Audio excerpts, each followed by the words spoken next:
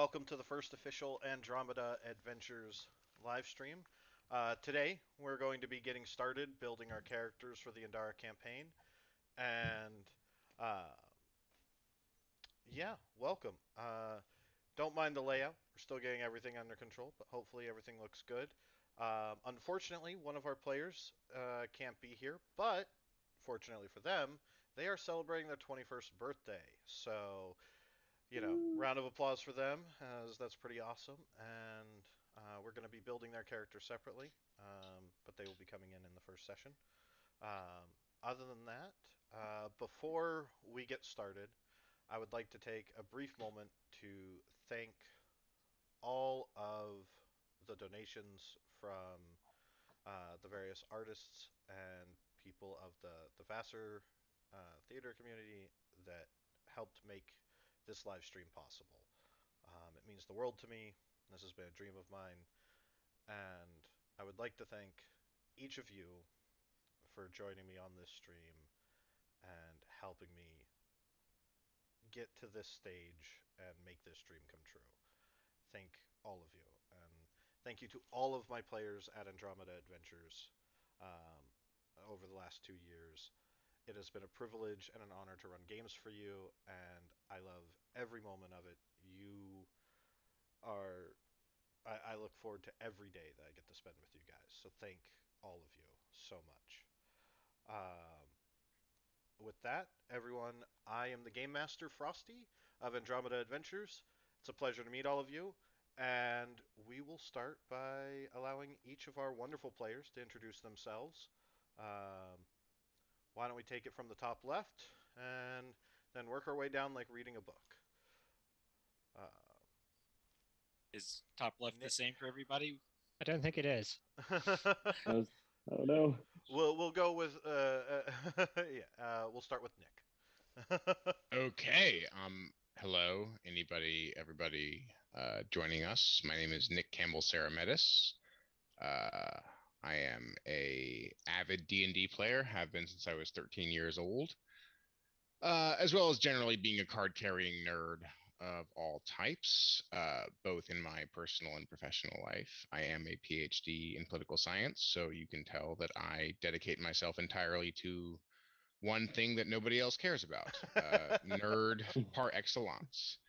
Um, I have just started a job in New York City, and I am utilizing D&D as a way of getting out of that mind space and keeping myself sane. And I'm looking forward to this entire process. So Awesome. that's it. Also, my cats will make appearances occasionally. I can't stop them.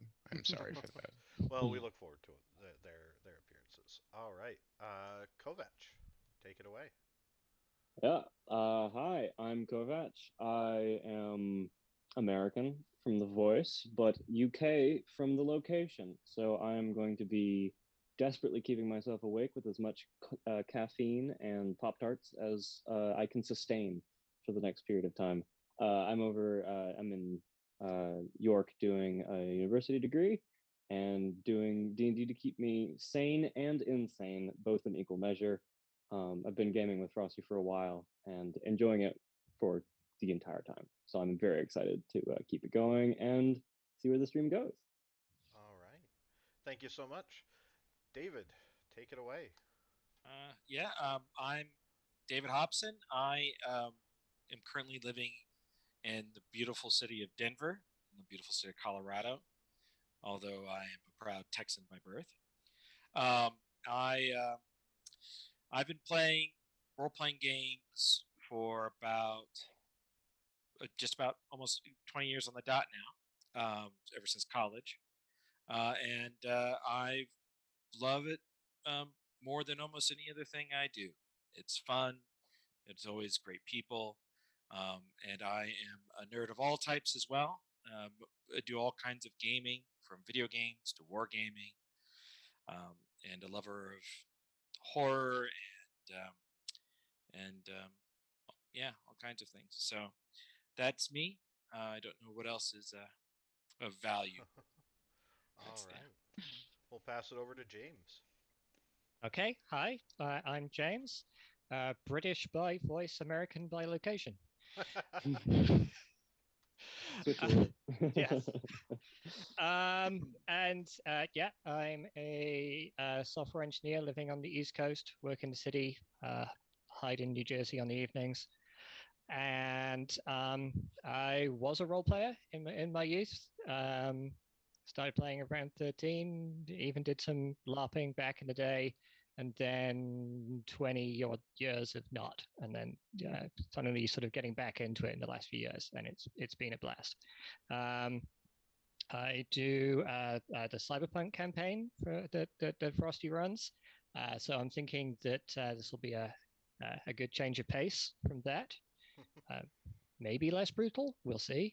A little less paranoia. A little. But You don't need to be let's quite get as paranoid. let's see if less paranoia is good. And I am also I have a PhD in geography, and I've always had a love of maps. And so when you tire of the real world, being able to explore maps of fantasy worlds adds on to that. Well, hopefully you'll get a kick out of the world maps I've got going for the setting. I look forward to it. All right. Last but certainly not least, the wonderful Evan. Hello, my name is Evan. I am from small town Wisconsin.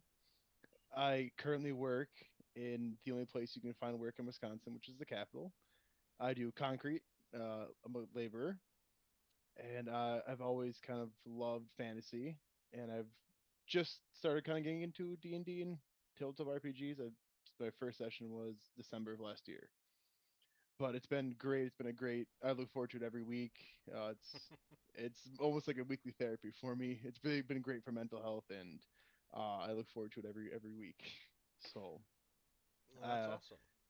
yeah, I'm in Frosty's Saturday campaign for this session, for this I guess setting, and yeah, it's been great so far, and I look forward to it. Evan, if I may ask, when we were chatting before the game started, you said go Packers. But looking at your video now, I just realized your room is actually in Packers colors. It is. So you were not being facetious. I am not. You're very sincere. Oh yes, this is kind of like the man cave. Awesome. All right. And then lastly, before we get started, I want to let everyone know and thank the people at Cast Gamers. There's a link up there for them. I'll be hosting a Halloween Saw themed one shot with them later on in the month. I'll update as we decide on our official date for that stream. But please check them out. Give them a warm shout out. They are wonderful.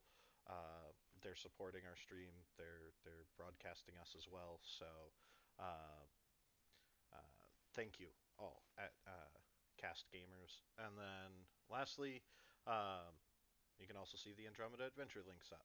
If you are interested in a game, want to chat with us, commission a game, or check out any of the openings, we are having a Star Trek Adventures campaign coming up, as well as a Dark Souls, Elden Ring, Bloodborne inspired campaign that has been kind of a big project of mine, and James has been gracious to help as well. And it's going to be incredible. And Nick has been helping. It's been kind of a community project to make a truly unique experience. But with that, I believe everything is out of the way, and we can begin to get into character creation. Now, some of you are familiar with the setting, some of you are not.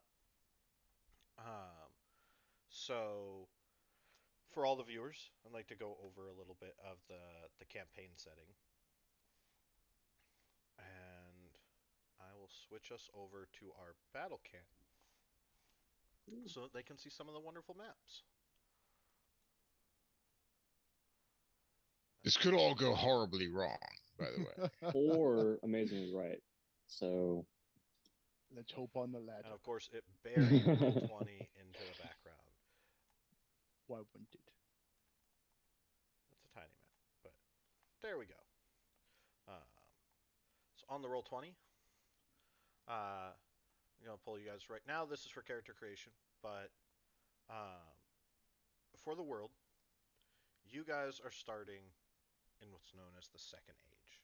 It's been 600 years, and the campaign begins in a kingdom of Ameris.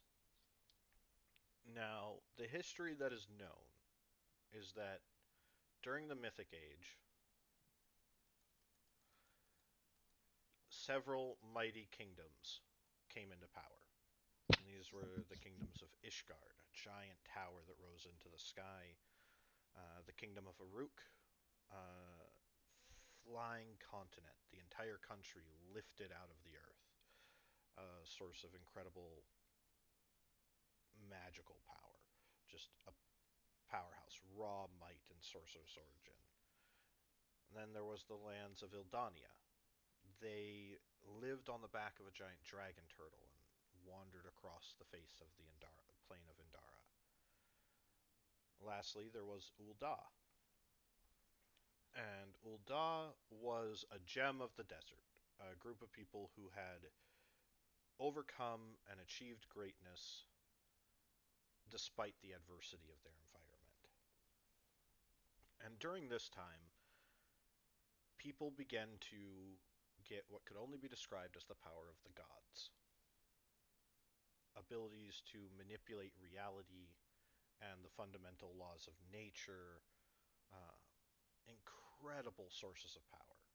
And rivalries over this power, as well as political tensions that this kind of power brought and that had existed, eventually culminated in what's known as the Gods' War, where each of these gods began to fight each other and the countries going to war over who got to hold all of this power.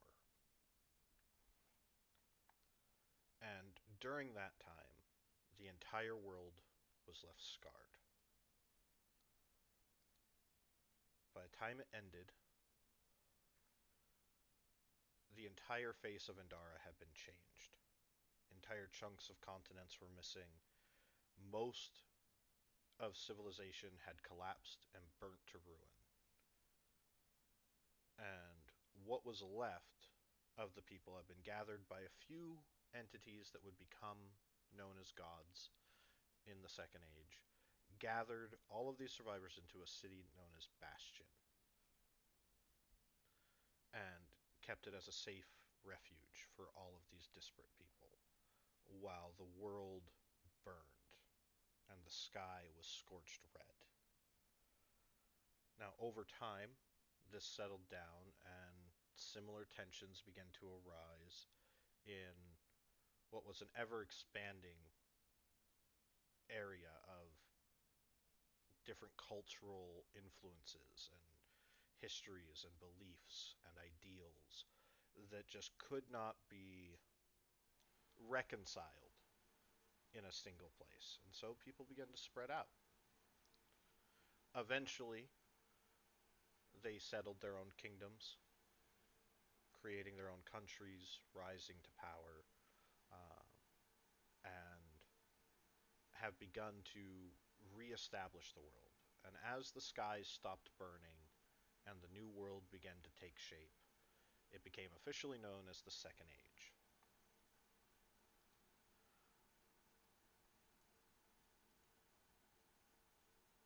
These are the lands of the Second Age. You have Markush, a land of wandering tribes and nomadic people that refuse to settle down in any one location and follow the herds of animals and adventure. A land where uh, might, power, and survival of the fittest is kind of the law of the land, with the largest, most powerful individual being crowned king of the tribes. And they take refuge and get to have their throne in the city in Arashava, the capital. And that's the only standing city or settlement in all of Markush. There are ruins and what could be called sort of prefab little towns kind of around dotting that generally remain empty except for when one of the tribes or groups is making their way through Markush, or stops to do trade with each other, or negotiate, or just needs shelter. Markush is a very harsh land that encourages strength and survival and family and unity, very close knit bonds in Markush, but also a lot of rivalries and tension. They are a country in the fact that they are allied under one figure that is the biggest and strongest of them and kind of recognized as their own political entity, but don't necessarily engage in politics per se, except with each other or aggressive negotiations or some trade and diplomatic. A lot of the tribes will uh, charge fees to get people across the land and make trades and deals to escort and keep you safe from other roving tribes that might raid you. Um, and vice versa, and different political allegiances kind of inside their own thing. Next is the country of Vallakia. Vallakia is a land of gothic horror and swamp, grasslands, hills, ravaged and torn up. Um, it is filled with zombies, werewolves, demons, horrifying monsters that raid and terrorize the populace. Um, the land of Vallakia was cursed, and no one really knows where the curse comes from, but the curse causes every night and every day the nights get a little bit longer. And the people of Vallakia fear the endless night. And they believe that their god, the founder of Vallakia, Aldwin, will return and bring an end to the curse. Uh, Aldwin was a great conqueror that came across the land. He has an interesting history that we'll get into in a little bit more detail if we need to. Uh, but basically, he lost, and his followers, as well as himself, retreated back to Vallakia, and that became their country. And other people in the other countries generally view the curse as a punishment for siding with Aldwin. Astria is known as the Confederation of Rivers. It is a collection of merchant states and city states and satraps and individual kingdoms that have all allied together under the banner of the Guild, a nefarious mercantile guild that on the surface runs trade and merchant guilds, trade guilds, artificer guilds, artisan guilds, um, and mercenary groups. But secretly, they make their living off of a big part of them is a sort of Romanesque slave trade, conquering people and just kind of taking them in, raiding tribes, taking anyone that's in, or indentured servants, and kind of bring them in and owning them. They sell drugs, smuggle. It's a massive criminal organization, and no one really knows who runs the guild. But every city state in Astria sort of has to play their game, and they are followers of the Midas, the Shadow King, or the Mercantile God. And uh, they have a philosophy based on Star Trek's Ferengi, the rules of acquisition. Uh, there's Jaru, which is a kingdom of where the Fae from the Feywild and more bestial individuals and humans and elves and part Fae and unusual creatures have all kind of eked out a civilization and kingdom that lives in harmony with nature. Uh,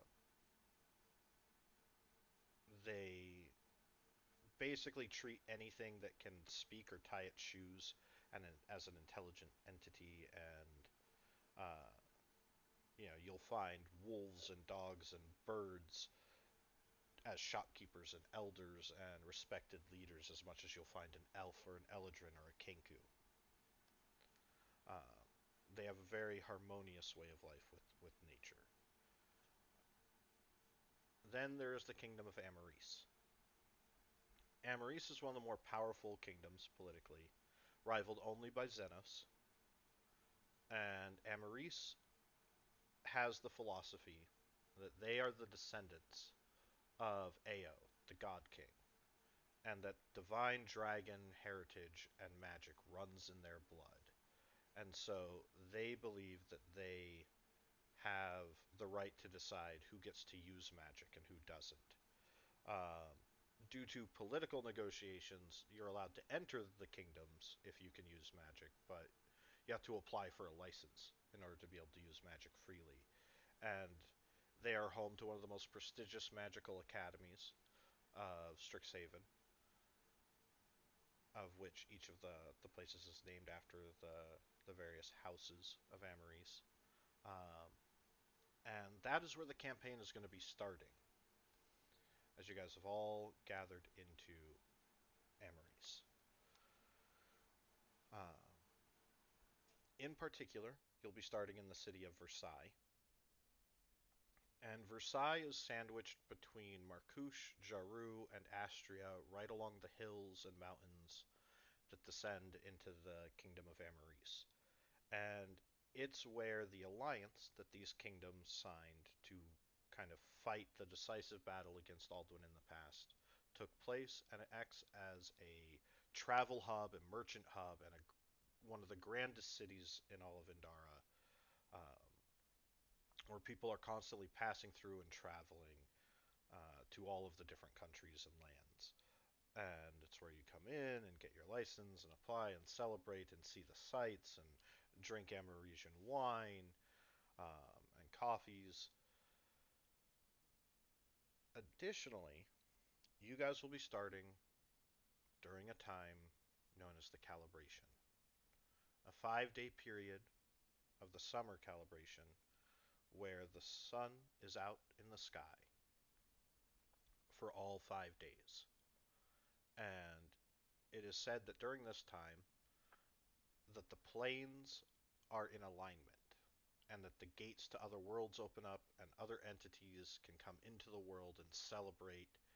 And it is sort of a summer solstice, festival, New Year, all rolled into one.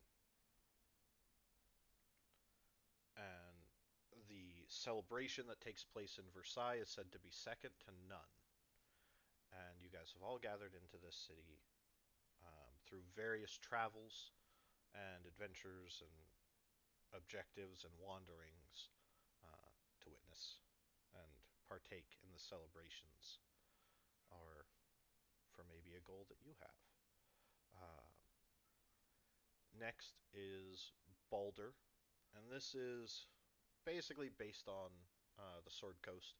It is a country of scavengers, in the sense that the economy and wealth and grandeur of Baldur is created by the fact that they are right on the edge of what's known as the Scavenger Lands.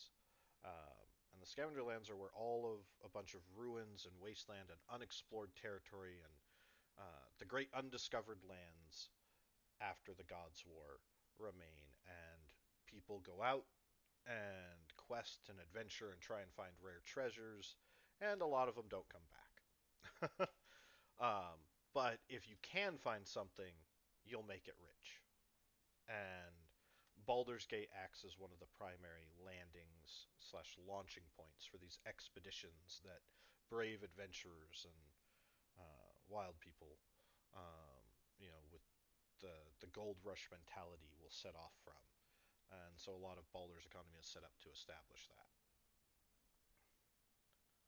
Um, Pthumeria is mostly a land where the study of magic and ascension and the growth of power is most important. There's upward motion, and they kind of keep to themselves. They study the mystic arts, they grow their knowledge and power base, and they have not gotten really involved in the politics of the rest of the world, except for they have strong contentions with Ameris, as they think magic and the world should be free for everyone to develop and that talent is what matters most. That intelligence, talent, study, hard work, these are the things that make people great, and that anyone can be great and should have the opportunity to be great. Uh, Lastly, are the kingdoms of Armistan and Xenos. Now, Armistan is a unified group of different races, in particular humans, dwarves, elves, um, that wanted a land where they could focus on their cultures and their ancestry and their heritage, um, and not necessarily have to blend, but not be alone either. And so they've kind of, it's not that they're segregated, it's that they have very strong thematic cultural cities that try and, you know, very traditionalist, honoring all of the old ways and things native to who the people and the races that live there are. You have the Valinor elves in the Valinor woods, the dwarves of Cormund Mine, the humans of Armiston Keep, and more are flocking there every day as it is kind of the newest country to kind of come about and be recognized as a territory because they have all banded together to basically stake out this is our home, this is where we can be us and celebrate who we are. And they all kind of come together in that and celebrate each calibration in a valley in the mountains called Ildami Valley. What acts as the border between those are the scars from the God's War, known as Ptolemy's Wrath. And then to the south of Armiston is the land of Xenos, which is where Alduin was from, and where the city of Bastion once was. That became Bastion became Cutania, a holy knight order and a land right on the edge of the Lost World. Everything that was lost during the Gods' War, and they help keep the world safe from the hordes of undead that wander from the Uldan continent across the steppes of woe. And they are a melting pot of what has evolved from all of these different groups coming together and forming the seat of civilization. So that's the world, um, at least so far, and what's relevant. Um, if you have any questions, let me know. Um, what are you guys thinking? What are your thoughts? Well, since I'm still working out a character concept, I was trying to think about um, something for that. And we were talking about before the game about maybe playing. I might play a spellcaster, and my go-to is usually warlock. And you mentioned one kingdom that seemed to have a bit of a closer tie to like the Feywild and that kind of Jaru. stuff. And that's right near the city that we'll Yeah. be starting the game in. So I, yeah, would like a having a warlock with a like of the archfey type. Would that Okay. fit into that kind of? Absolutely. Yeah, that'd be where a lot of them would come from. The Fae that live there tend to be elevated to royal or prestigious positions and have followers in their own cults. Because in this world, the Fae kind of feed, they sustain themselves on the emotions and virtue and thoughts and dreams of the mortals of the world. And uh, you know, one Fae is just as likely to survive off of making deals and trades or tricks and lies and sort of emotionally manipulating people as another one might be to inspire artists to create and sort of sustain themselves that. So they build themselves into positions of prestige very frequently in Jaru.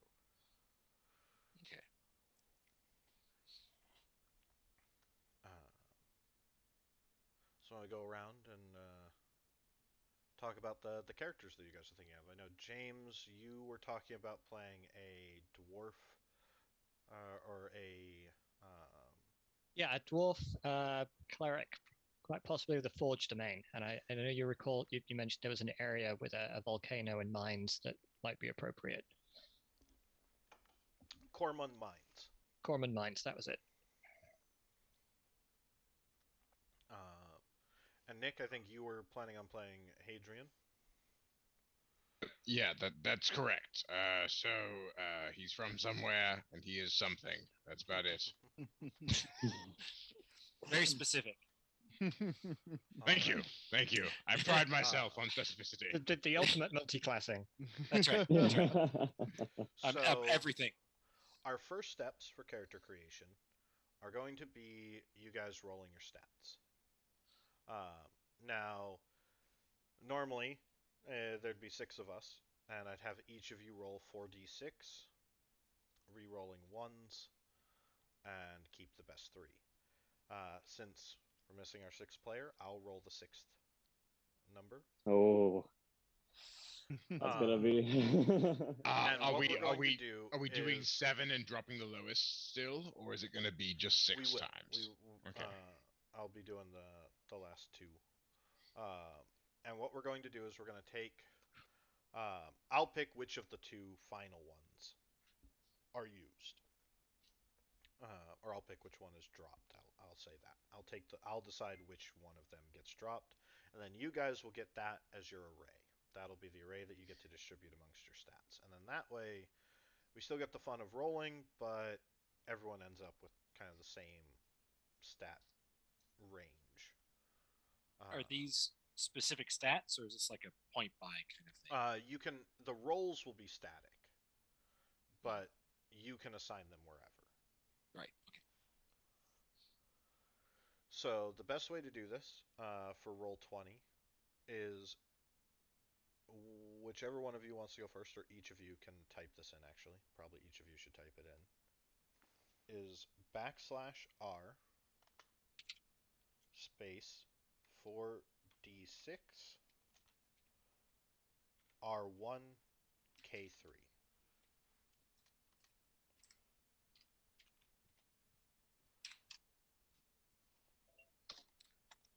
Oh, that's a good start. Damn! 18. Whoa! Damn! Oh my gosh, we got 114. 114 Yeah, double guys, 6 is we awesome. are so buff.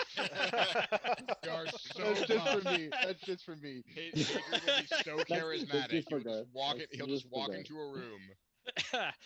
4066. 17, 17, 11, 18, 114. That looks a little better. Damn it! 12. Damn it. Oh, damn. We Who got an has 18. We have an 18 and a 17. So the good That's news is pretty we have good. at least That's- 2 there's really a, good there's stats. A, there's a 17, Yeah. a 17, an 11, an 18, and a 12. Who Frost needs to know the last two. 114. I've Oh, got yeah. I had I've got noticed. David, James, Kovac, Garth. I don't have Hadrian's roll. There you go. Oh, there it is. 15. 15. Okay, Okay. that's 15, nice. nice. Good middle of the ground. Your middle of the Yeah. ground. Right.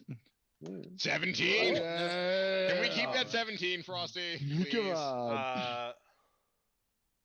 Come on. Please. I will 17. let you Alright. guys have the 2 17s and the 18 if you drop Take the the- 15 to an 8.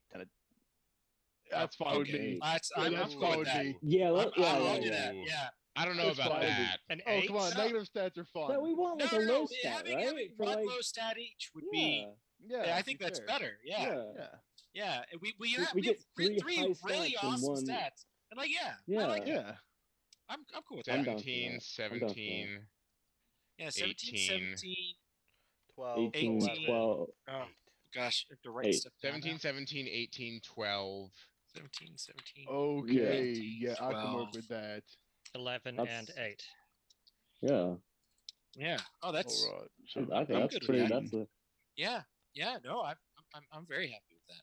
18. I hate playing intelligence lacking characters. I'm going to have to boost that to at least a 10. That's fun for me. All right. I love playing dumb characters. Garth is the most intelligent of us all. He will continue. Oh, for sure. That'll be a 6 before this Where's is my over. sheet? There's my sheet. All right. Well, Just figure out how to Give drop me that one lower. moment. that sheet directly. Um, Let's see. trying Warlock to find definitely put 18, the 17, my 17. 18 in charisma. If I'm going to do a warlock. 12. because additionally, I'm going to have you guys all answer some Oh. questions. Oh, okay, we're not ready to plug in the stats yet. Yep, yeah, you guys can plug your stats in. Okay. Gosh, I'm gonna put my bad stat in. I'm gonna put 17 in Constitution. It's always a good one to have. I'm just Good making points you in. guys a notes handout while you guys Put a distribute 17 your in stat. Dex. Give myself good armor class because I'll have low armor as a warlock. So 12, 11, 8. Tarot reading. Tarot reading. I'll get there. I'll get there. Tarot reading is fun. I want to know how I'm gonna die. Please tell me firstly, how will I perish? All right. All right, I'm going to put my My handout got my busted. strength at strength is going to be my 8. If I'm ever using strength as a warlock, then something has gone horribly wrong. So that's a decent question, right? I've been looking at monk, but Nick's been on the barbarian train. We're missing a barbarian. What would be? Oh, we don't need a Barbarian, barbarian. barbarian. Barbarian. Look, if Nick really loved barbarian so much, he would have played. So the thing That's is, true. I That's probably true. will multi-class the paladin to a barbarian at some point, but I'm not sure. It depends on how he grows as a character and a person, and whether he decides to embrace his rage or tamp it down deep down where it can fester as a mental illness and then break out at inconvenient points. Exactly. Multi-classing as a result of role-playing. I like it. Yes.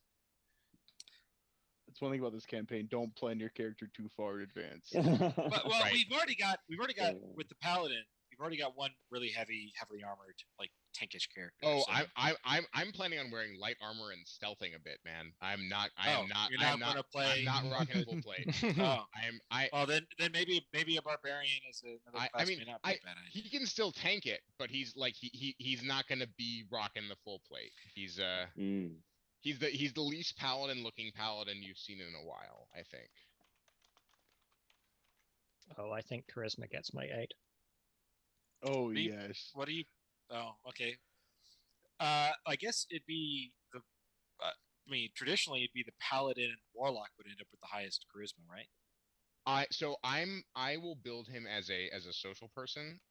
But having said that, the personality of the character is a bit abrasive. So if somebody wants to be a smoother talker, he's I'm totally force of cool with doing that. I mean, the thing is, I'm very comfortable being a face, and I can edit his like inclinations to be more socially aware so that he can tamp himself down a bit and be like I don't want to double up on characters with charisma skills, you know. I don't think that's going to be an issue because I'll probably go with the charisma skills. Okay. I'm happy to be face because I've already charisma is it's my spell casting. Yeah, my two highest are going to be strength and charisma, so I'm probably going to take persuasion and performance. Okay.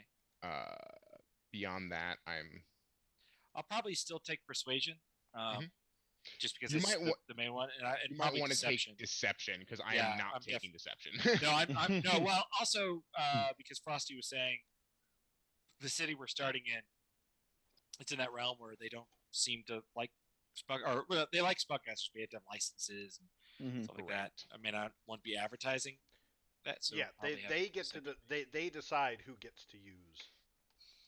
Right. Is there any distinction between like arcane and divine? Sometimes a divine caster can usually get away with it, as it's a gift from the god. but you make the wrong person angry in Ameris, it might not matter. Jill. Okay. All right, well, I'm done with my stats then. So am I. All right. So, once you guys have your stats in, you're going to want to pick your race and distribute your racial stat bonuses.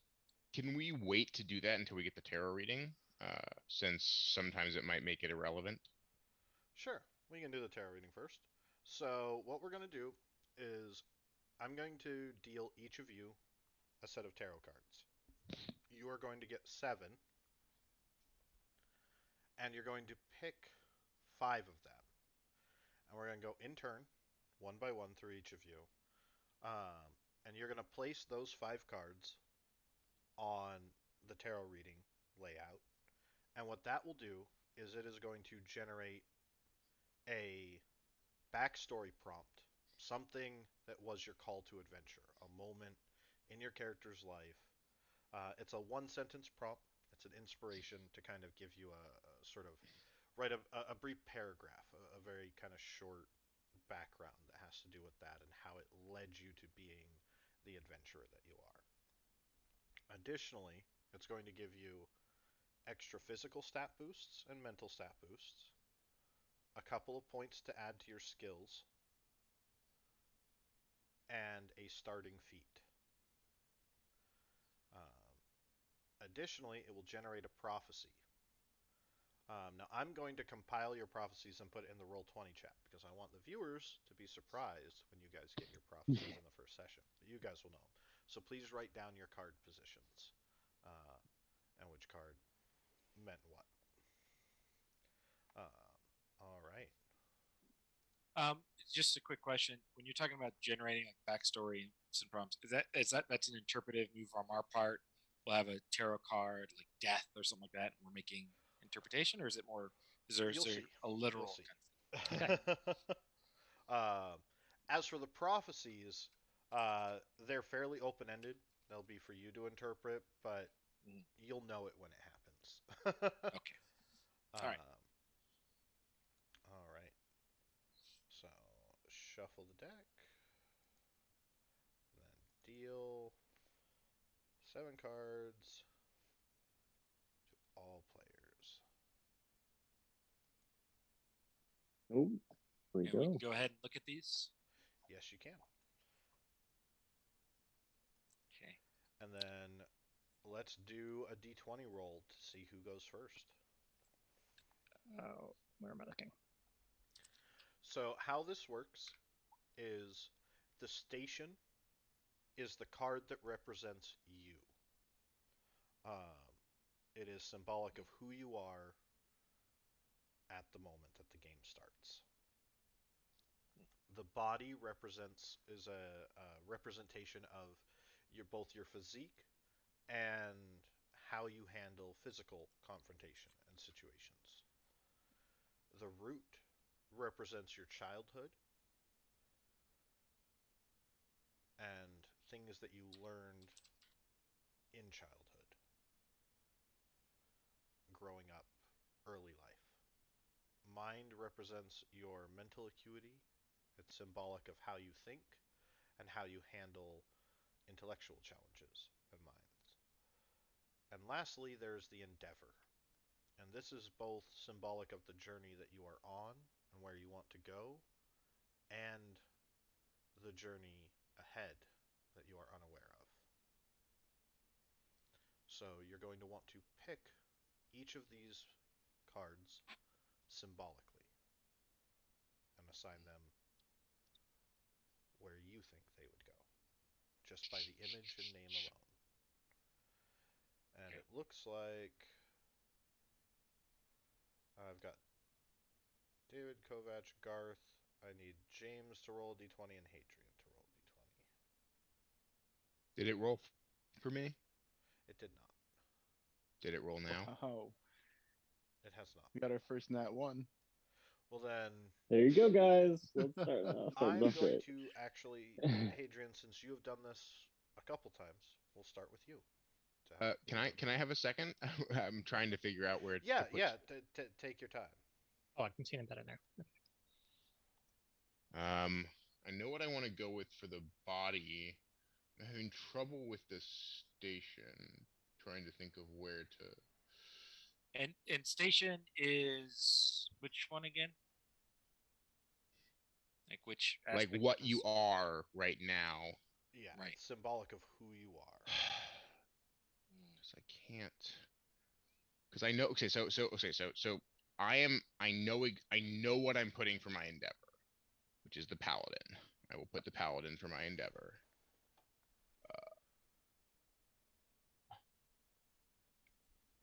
Mind.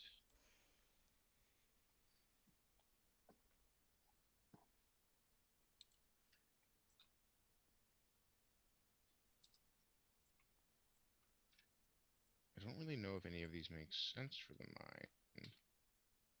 But for the body, I'm going to go with the beast, which I can't. So that's the beast. The root. The root. None of these are at all sensible in terms of who the character is, so I'm just thinking through some stuff. Don't mind me. No, it's okay.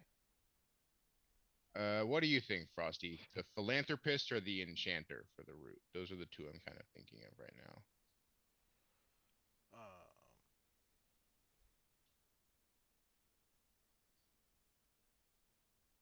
Either one, whichever one you see. If it's the similar Hadrian, I don't see either of those. But Yeah, but I mean, those are what I have to play with. So I'm thinking about how they would affect that. I'm going to go with the enchanter for the station. I'm going to go with the conjurer for the mind. I mean, if you're starting paladin, paladin might make more sense for the station card. Yeah, but you know, with the endeavor card, at least that's the one that I actually look at the feat for. The rest of them, I'm just trying to figure out what makes sense for where. The root, though. Well, you're supposed to be placing them based on what makes sense, not Yeah, what you want out of the reading. that's true. I do think though he is trying to be that. Like his class is paladin, but beyond that, he's more trying to live up to that sort of idea. So Root, then, would his station be enchanter, or would his station be beast? I think his station is enchanter. I think his body is beast. That's why I put beast for body. It's more because he doesn't have any, like, none of the cards make sense for body except for beast, I think. And I will go with philanthropist for the root because I don't think druid or artifact make any sense. Yeah, that's what I have. All right. So, for your station as the enchanter, that's the 3 of stars.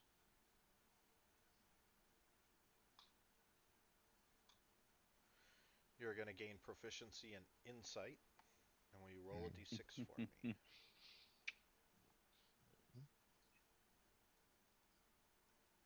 6. Your story prompt is: the soulless gaze haunts your sleep. How could you kill someone you loved so dearly?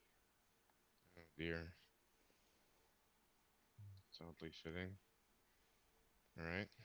And here's the first part of your prophecy.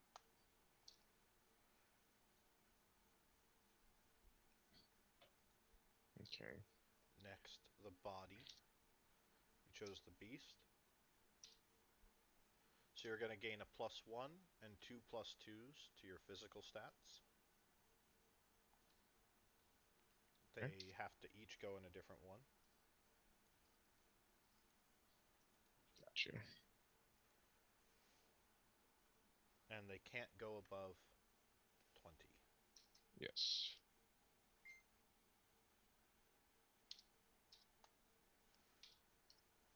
And then I've posted the second part of your prophecy. And that was a plus Right. 1, a plus 2, and a plus 2.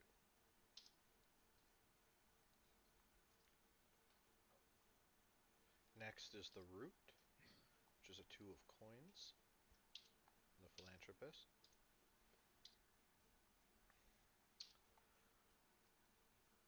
So Okay. you are going to gain 2 plus 1s and a plus 2 to your skill. And how you add these is you go to the gear sprocket section of your character sheet. And down Okay. at the bottom in the center is the list of skills. And you'll see that they have a drop down menu for normal or expertise.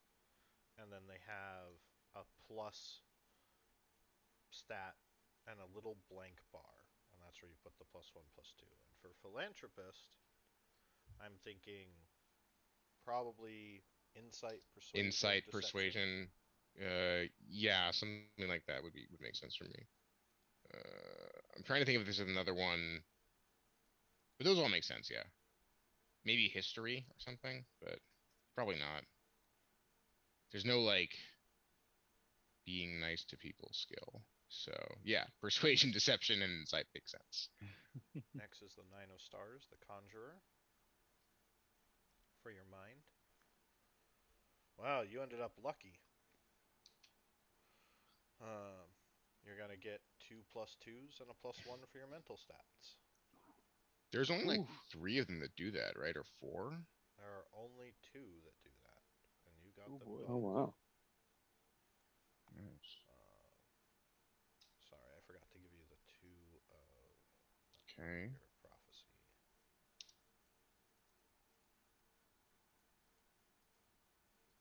Okay. Oh, no, I did give it. Alright. And conjurer.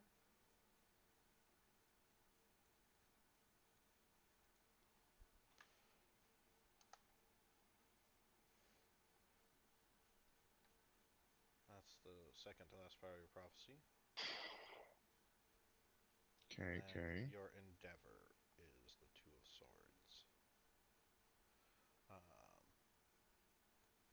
Which will give you the great weapon master feat. And here's the last part of your prophecy.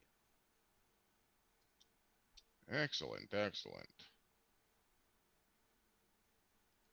Surrender your mysteries to Zoidberg. Okay. Give me a second. Oh, well, I guess I got lucky, but not with the prophecy. The prophecy does not sound good. I'll be in, that could mean a lot of things. I'd take 4 plus 2s, 2 plus 1s. Yeah, you got a bunch of bonuses. That means you got at least 120, like 1 or 2 19. Well, we have 18. I mean, we all will have a 20, man. Like with your racial stats as well. Like That's true. there's literally no way to avoid it unless you decide to like just put an 18 in something and then. It's true. All right. Did you I'm write gonna down have your some card interesting. position? I'm gonna have some interesting stats. I think by the end of this. Did Nick? I got it. Okay. All right. So next up is Garth. Oh. Oh boy, I'm Garth. still Oh gonna boy. think a little bit. It Evan. takes me a minute. Okay. My buddy. Is anyone ready to do their tarot reading? I'm ready. Yeah. All right.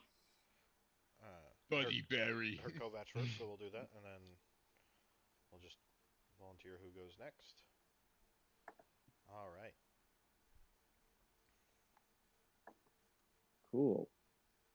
Sorry about that. I have gotten some interesting cards that made me rethink the character a little bit. So the leaps in logic, you'll have to follow me a little bit. But it should be interesting. Where we start? Are we starting You want to at the root, place your right? station card first. Go station, Station first. body, Cool. root, mind, Yes. endeavor. Station is who you Yeah. are now. Body is a metaphor for your physical ability and how you handle physical challenges. The root is your childhood. Mind is your mental ability and how you handle mental tasks. And the endeavor is where you're going. Cool. So I guess to start with, I'm going to be playing probably Addis, as we briefly talked about before, as a Goliath barbarian. However, this is going to be the thing that throws for a little bit of a loop. So follow me here. I didn't really have a ton of good barbarian cards, so instead, my station is going to be wizard. The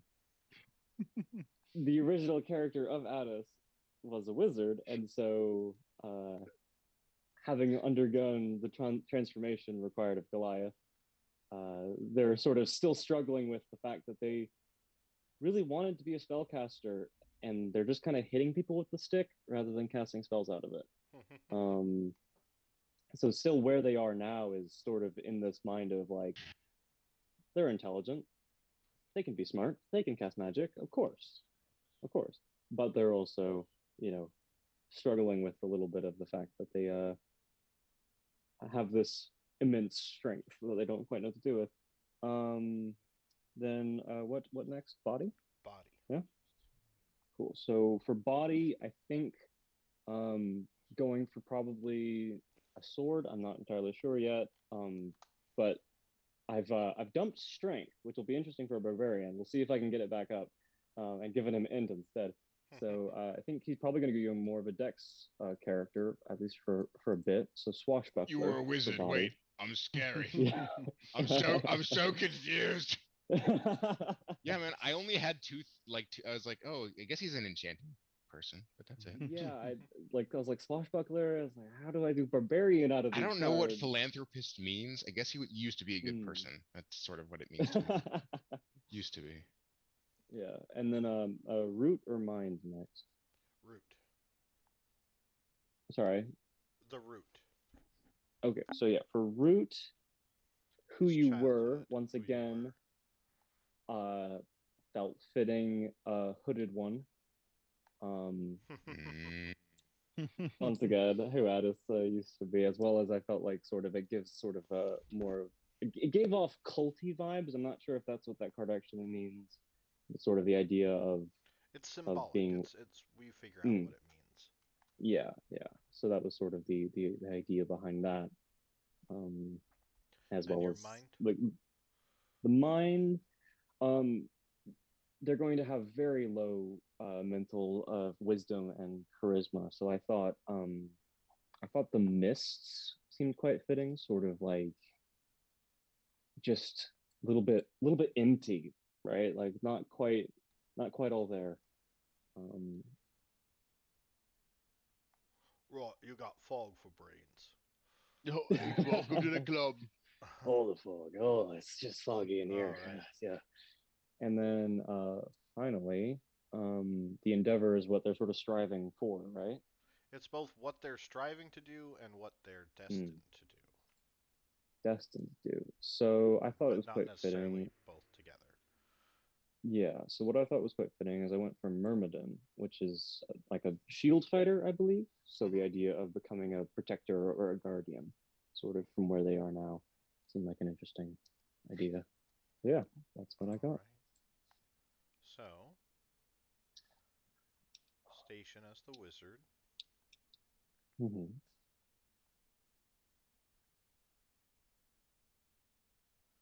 You are going to gain the ritual caster feat. Oh. And roll a d6 for me. Yeah, my cards really wanted me to play a spellcaster, and I was like, no, I'm trying to play a barbarian. So that was a 4. 4. You remember gazing outside, longing for freedom. If only you weren't trapped here. That is your backstory prompt.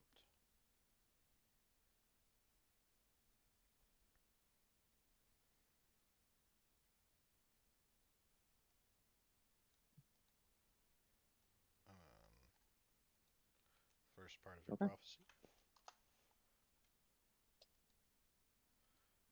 is your body. 1 of coins. The swashbuckler. So you're going to gain 2 +1s and a +2 to your physical stats. And nice. Pretty good. And these are your strength, dex, and con. Okay. And the next part of your prophecy. Uh-oh.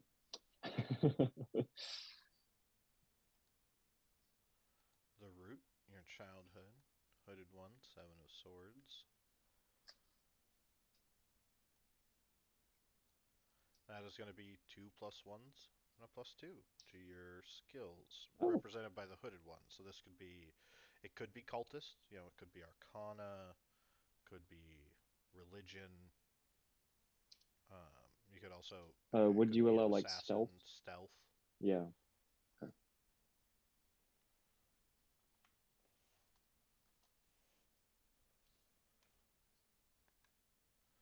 And gave you the next part of your prophecy. Okay. Mind. You have the mist. So you're going to gain a +1, a +2, and a -2 to your mental stats. Oh boy. +1, yeah. +2, and a -2. I know where that's going. Yeah, baby. Not where you think. Wait, where? Into my charisma, I'm gonna have a 6. Oh, okay. Okay, it's fine. We'll just use the paper bag strategy. It's okay, everybody. It's okay. It's foolproof. It's foolproof. It's foolproof. And I posted the next part I'm of going to your be the prophecy. smartest barbarian to ever exist. Just not the most likable. Guys, No, God, everyone will hate him. I know I should have just taken a -1 in intelligence and kept my wisdom higher, but I had to bump my intelligence to 10 from 8. I just had to do it. There's no mechanical benefit, but I didn't want that minus there. Hey, it doesn't have to be mechanic from a role playing perspective. You just don't see your character that way. That makes a lot of sense. Yeah. Once again, I'm dumping strength as a barbarian. I cannot judge. Interestingly enough, you are going to gain the Polearm Master feat. Yo. Oh, I guess I'm not using swords. Okay. You have a wonderful prophecy, Kovac. It is so lovely. I cannot wait for joy. All the flower and rainbows I'm gonna get. All right, and then let me know when you've written down the card positions. Yeah, I already wrote them down before, Okay. So yeah, got it. Frosty, I randomly dealt a prophecy earlier, and it was like the worst fucking thing in the entire world. But it made so much sense. I am ready if you are, Frosty.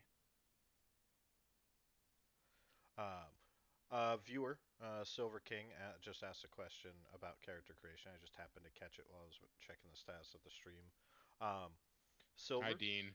It is a custom thing that I've come up with, my own variant. It was inspired by the Malifaux role-playing game Through the Breach, and kind of mixed with my own customization stuff to kind of add to it, and the Tarokka deck from the Curse of Strahd setting. Yeah, I believe that the card you're using is that Tarokka deck, isn't it? Beautiful deck. The most beautiful deck. Who would like to go next? I'm ready if you are, Frosty. Sure. All right. For the station card, I believe I'm going to go the traitor. Oh. Ooh. It makes sense a little bit, at least in his mind. Yeah.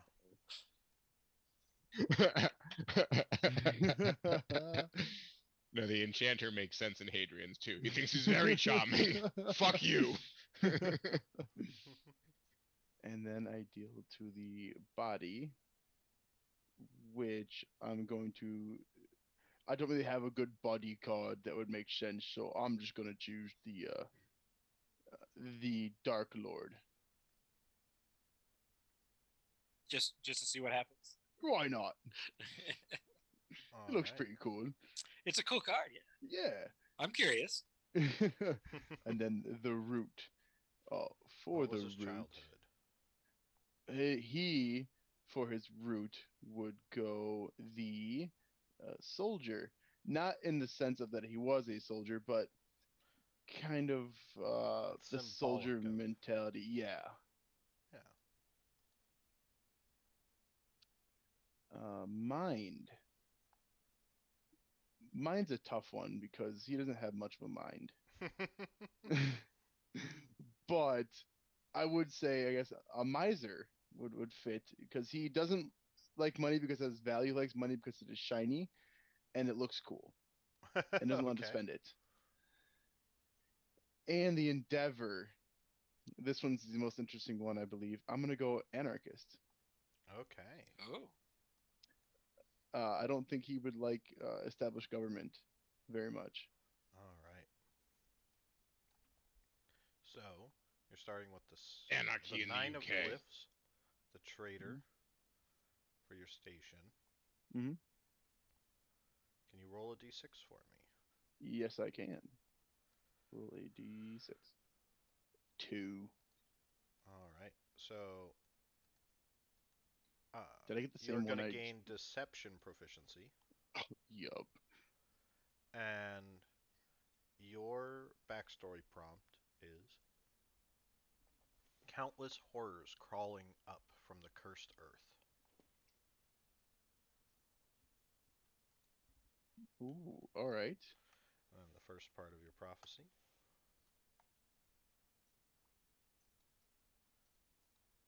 Then for the body, you have the Dark Lord. All right. So you are going to gain a +1, a +2, and a -2 to your physical stats. And that was for the Strength Dex Con for the Dark Lord. Dark Lord strength X cons +1, +2, and -1. -2. -2.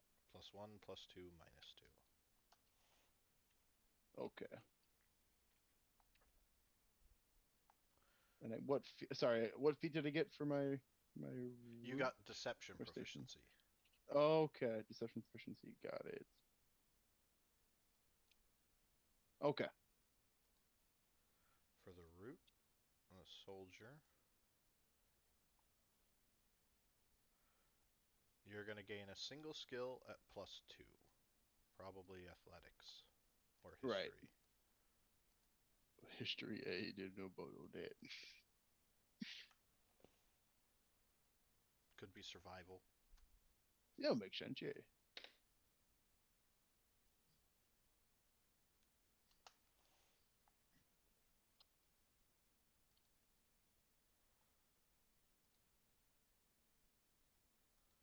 And I posted the next part of your prophecy. Mm-hmm. Next is the mind. 9 of coins. All right, the miser. So you are going to gain a -1 and a +1 to your mental stats. All right.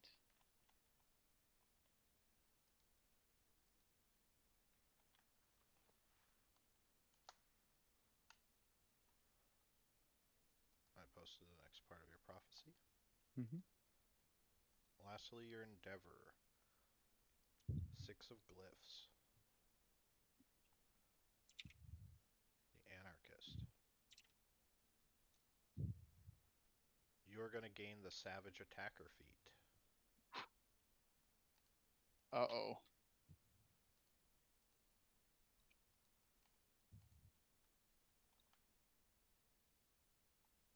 All right. What's your character's class again? He is a ranger. Also, he's a half orc. Savage attacker works pretty well with half orc, my Yeah, friend. it does. Yeah. Well, because you can do the dual wielding ranger rather than like a ranged ranger. I think I'm gonna play more as a hybrid kind of ranged and melee when need be. And there's the Well, last the part of savage your attacker thing will help you if you get into melee. prophecy. Oh yeah. Oh boy, that's a prophecy. Did you write down your Aw. card position? Yeah, I have it written down. Poor Garth. I know this sucks. All right. The last bit So- especially is sad. David and James, which of you would like to go next? I'm able to go. All right. All right. So for my character, I'm going to pick for my station the Tempter. Okay. And then Come in, come in. And then for my body, I picked the Thief. Nice, nice. For my root, I'm thinking this is more her family background, the Merchant. Okay. Like a well-connected merchant family, perhaps, or something along those lines. Yeah. And then for mind, I've got Abjure. Thoughts, that's like protection magic, things like that. So she guards her mind carefully, kind of thing. And then Endeavor, I got the Transmuter, a desire for change. That's the way I kind of Very nice. thought about that. Yeah, my other two cards were Mercenary or Monk. I was pretty happy with these other five. So. All right. So your first one, Tempter. You're going to gain proficiency in Persuasion. I thought that would probably be the case. And then, can you roll a d6 for me? I most certainly can.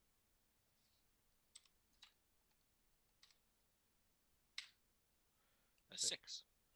So your writing prompt for your backstory is, you must leave and never return. This mistake was yours alone. No one else should pay. Oh, hold on. That might take me a little bit longer to write down. You must leave. Say that again. Sorry. You must leave and never return. And never return. This mistake was yours alone. No one else should pay. Well, that would explain why my character is starting in a different country from where we were thinking they'd be from. And then here's Okay. the first part of your prophecy.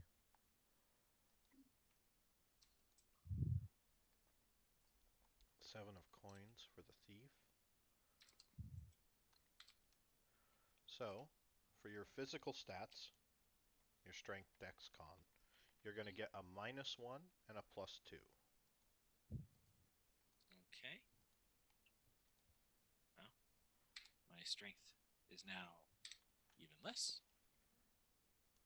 Oh. Well, because I picked thief, I'll put it in dex Sounds good. rather than con. Okay. Then the next part of your prophecy is posted. So root is the merchant, 4 of coins.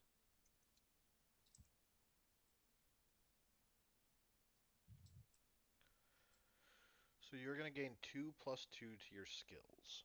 Get 2 skills at +2. So how you do this is on your character sheet. Up in the top right, you'll see a core, bio, spells, and then a gear icon. sprocket symbol. Yeah. If you click on the sprocket, if you scroll down in the center, at the very bottom, you'll see a list of the skills. And they have a drop-down menu for prestige and normal, and then if you look, it'll tell you what skill, what stat it uses, and there's a little blank spot that you can put a miscellaneous modifier into. Yeah. That's where you'll put the 2 + 2s, and merchant is probably, I mean, that's probably lore, history. Is this anything or? Any of the skills, as long as it makes sense. It's supposed to be what the merchant would represent. Well, I mean, I'm already got persuasion Medicine. and good charisma. in persuasion, haggling, and negotiations. For the other one, Deception. I like that. I'll go with deception and persuasion. Okay. Go towards my strengths.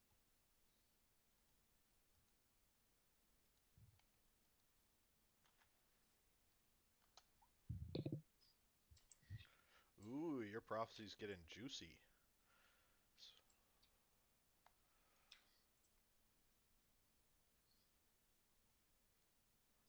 All right. Next is the mind, the abjurer. 4 of stars. So, for your mental stats, you're going to gain 2 +1s and a +2. Oh well, that's going to be easy. Oh, is that going to be easy? I think I want to do this. That will go there. Boost my wisdom by 1. That gives me +1 bonus to wisdom.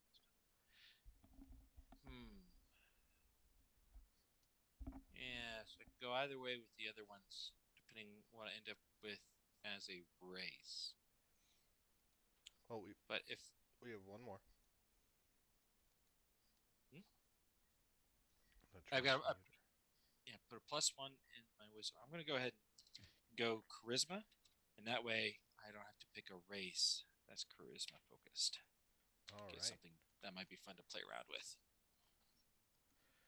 Lastly, as the transmuter, you are going to gain the Metamagic Adept feat.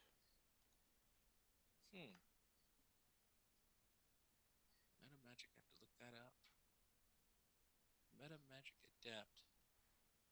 Huh.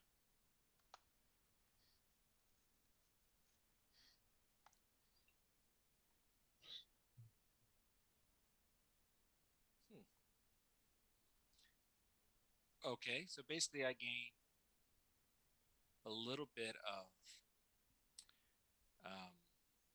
sorcery ability. Yeah, you'll get 2 metamagic traits and 2 metamagic points, or it's Okay. I believe. And then let me know once you've written down your card position. 1 second.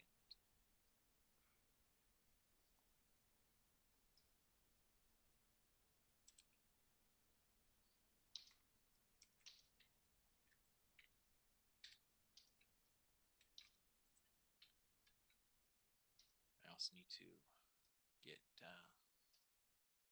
last of that prophecy written down. It's like, did I miss something?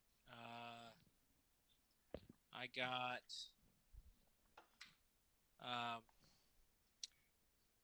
just recap real quick from the tempter. I got proficiency in persuasion plus. No, I think that was it. No, yeah, and then for the thief, I got a +2 and a -1 to physical stats. For the merchant, I got +2 to 2 different skills. And then, what did I get for the abjurer? For the abjurer, you got a 2 +1s and a +2 to your mental stats. Right. Okay. And then, oh yeah, and then the last one, the transmuter, was the feat. Right. Okay. All right. Okay. Cool. I got it all. And I've got it written down too. All right.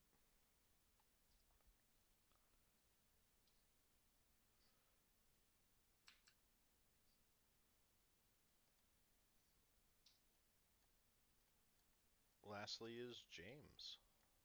You excited? Nervous? Yeah, well, nervous. Let's see how this goes out. Let's see. For a station, that's who I am now. I think go with missionary. It feels appropriate. Makes sense. Spreading the good word of the mighty hammer. Yeah.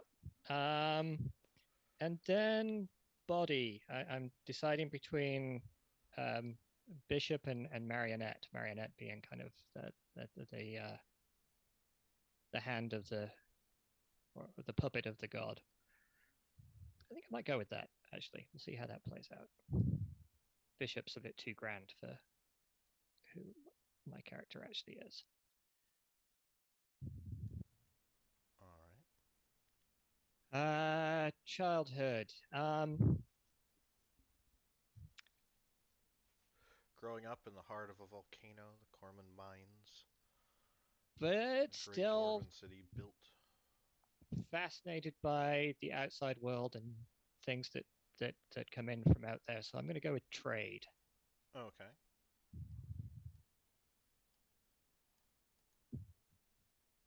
And how is your mind? The mind. So yeah, the charisma's not so great, but I'm still gonna. I think, I've got that. Probably gonna have the thaumaturgy going on. I think I'm gonna try and make myself more impressive than I really am. So let's go with the illusionist. All right. And lastly, what is the path that you are headed down? The path I'm heading down. We discussed this where the multi-classing might go in the future and some of the things that I might be endeavoring for. So I'm going to go with elementalist. All right. So,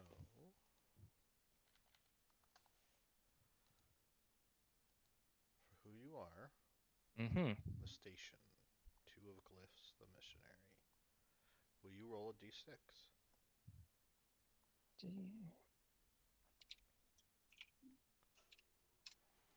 That's a 4. All right. So your story prompt is no one. No one is left now. Only a barren ruin where a proud fortress once stood.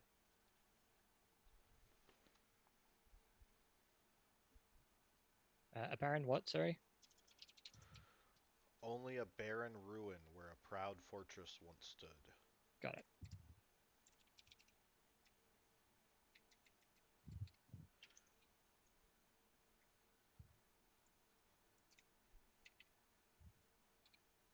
Yep. Maybe you heard stories about the ruins of Ishgard, or you ventured up to the top of the hill of Ildami and saw the fragment of Aruk at the mouth of volcano.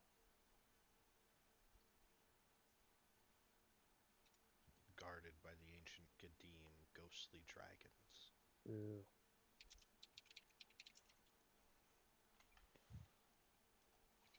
Alright. So you're going to gain proficiency in insight, and then here is the first part of your prophecy.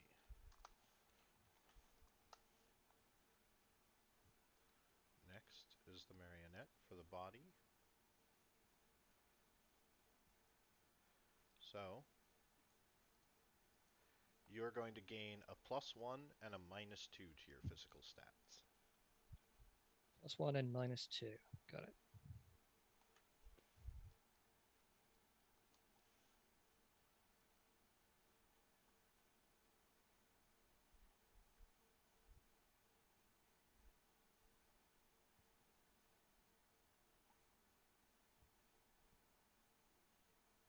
Okay. Alright. And then I posted the second part of your prophecy. Next is the root, just the trader, the 3 of coins. You're going to gain a single +2 to a skill related to trading. Lore, history, survival possibly, medicine. It's going to be lore or history. So. Lore, yeah. Alright.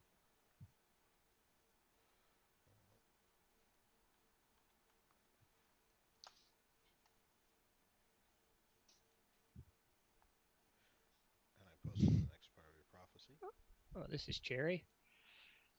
They're never really cheery. They're sort of a Yeah. mix between dreary, terrifying, and just downright confusing. So the Seven of Stars is for the illusionist of your mind. You are going to gain a +1 and a -1 to your mental stats.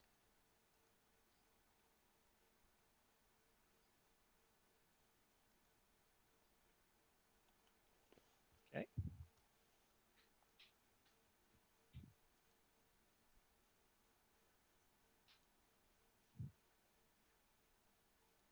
And I posted the next part of your prophecy. And lastly, Mhm. the Elementalist. 5 of Stars.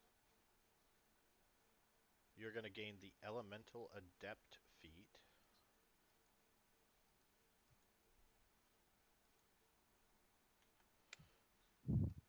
Interesting. And this is the last part of your prophecy.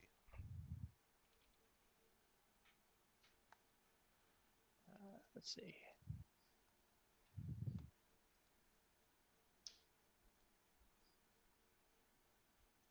Okay, that's a less grim ending, hopefully, unless something's feasting on us. All right. And I think while we process that, before we go over races and deciding on classes and just discussing the characters a little bit, I think we're going to take a brief break. 10 minutes-ish.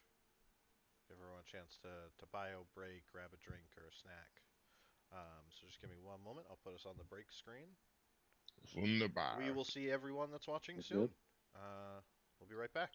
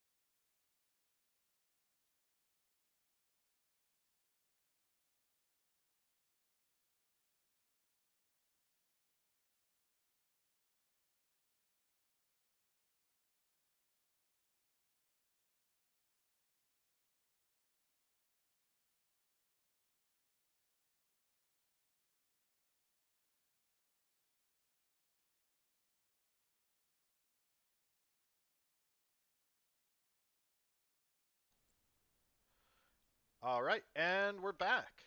All right, hi everyone, welcome back. Thank you for sticking with us during our break. Um, we We were have to do to actually work, just man. discussing kind of our characters, processes. You guys were bringing up kind of the backstory prompts and what they might mean for your characters. Do you guys want to talk a little bit about those before we go into kind of picking out your guys' races and going over Yeah, the race details? I think mine. I think it's the exact detail.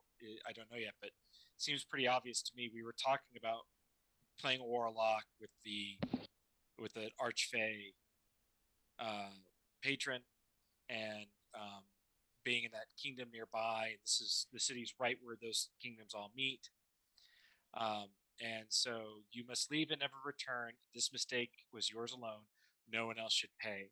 So um, I think my character, has been exiled or has left. I'm thinking maybe a self-imposed one where maybe she did something and she has left out of shame or unwilling to face up to the consequences of it.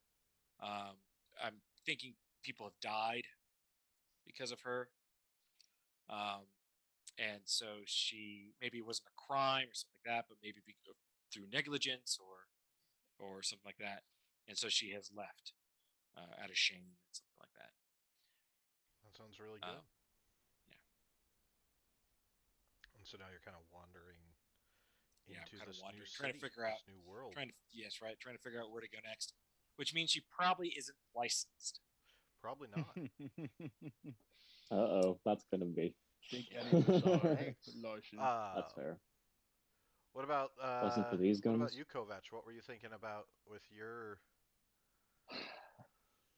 So, yeah, I think I've come to an interesting uh, thing. So, as I was trying to think about, obviously, this character's a wizard, but not a wizard, they're barbarian. Like, trying to think about how that transformation would have happened, apart from just the Goliath transformation, sort of.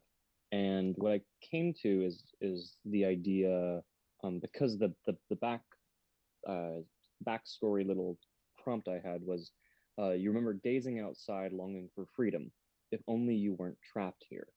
And so what I thought was that this character would have been probably up in Baldur, sort of around there, probably close to the scavenger lands. And they would have been a an archaeologist of some kind, like just investigating old ruins and things. Part of a Goliath tribe, but hadn't quite come into their own yet. Um, and sort of was looking for ancient artifacts and all these different things that they could worship, um, ruins of the giants and so on. When they would have basically been accidentally stumbled upon a dragon's lair, and pissed off the dragon. The dragon collapsed the lair on top of them, and they were trapped in the rubble, basically having to desperately survive. And that would sort of explain the barbarian would be that they were basically just through their like raw will to live had to claw their way out of this rubble and sort of managed to get out and find that their entire village had been burnt to the ground. So So are you thinking they didn't take the stone? They're still human, and no, that they would have taken the stone before, and then that was the only thing that kept them from dying in this like okay. cave in, basically. So for those that are watching and for the rest of you, changed Goliaths a little bit. In this setting, the Goliaths are these groups that kind of wander around and follow uh, giants and the colossi that are left from the mythic age. And it is a rite of passage in those tribes and groups to hunt and chip off a piece of the giant or the colossus, and they ritually kind of feast on that element and go through a transformation of whatever they were, kind of becoming this new kind of hybrid mixture of stone and element, um, that it's called taking the stone. And not everyone survives. It's a very harsh experience that transforms them into an entirely kind of new almost genderless reflection of that purity. They see it as kind of an enlightenment and ascending to a pure mythical form. Uh, what about you, Nick? What are you thinking for with your backstory prompt? So I like the idea.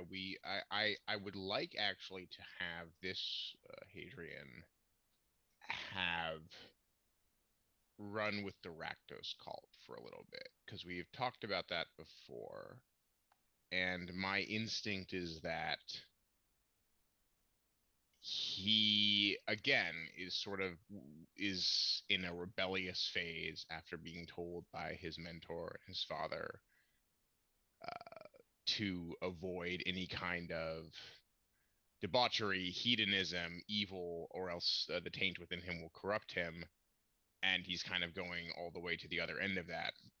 And so he spent some time, quite a bit of time in Vallakia, but probably had a breaking point with some of the predilections of the cult and had an altercation, which at least according to what he knows ended in the death of somebody who was very close to him by his hand. So whether that was a lover, a friend, I'm kind of open to discussing that.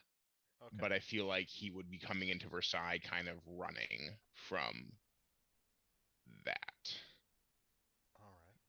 That would be my instinct with the the very dark story prompt that he rolled. All right. And then Evan, let's go with you next. What are you thinking? So, for the backstory I got, backstory prompt was countless horrors crawling up from the cursed earth. So the tribe that he was in, wandered around Xenos mostly. So I'm thinking maybe they took a wrong turn somewhere and ended up in Vallakia for a little bit, and that went very poorly for them.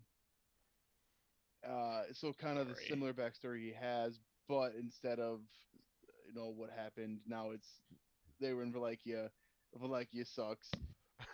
People are dead. The hordes of undead, the Yes. werewolves, the monsters, just the things rising up out of the earth, tearing Yep. apart his family, and just fleeing for life.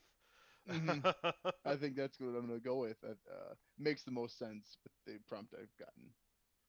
Awesome, awesome. And last but not least, James, what about you? What are you thinking with kind of what Uh, you've generated? let's see what have we got here. No one is left now. Only a barren ruin where a proud fortress once stood. Um, I'd almost like that to be something that I'm setting out towards, rather than where I am. It's been Like, I think like you want to see the ruins from the Mythic Age firsthand, yes, like I've go been a out. bookish dwarf.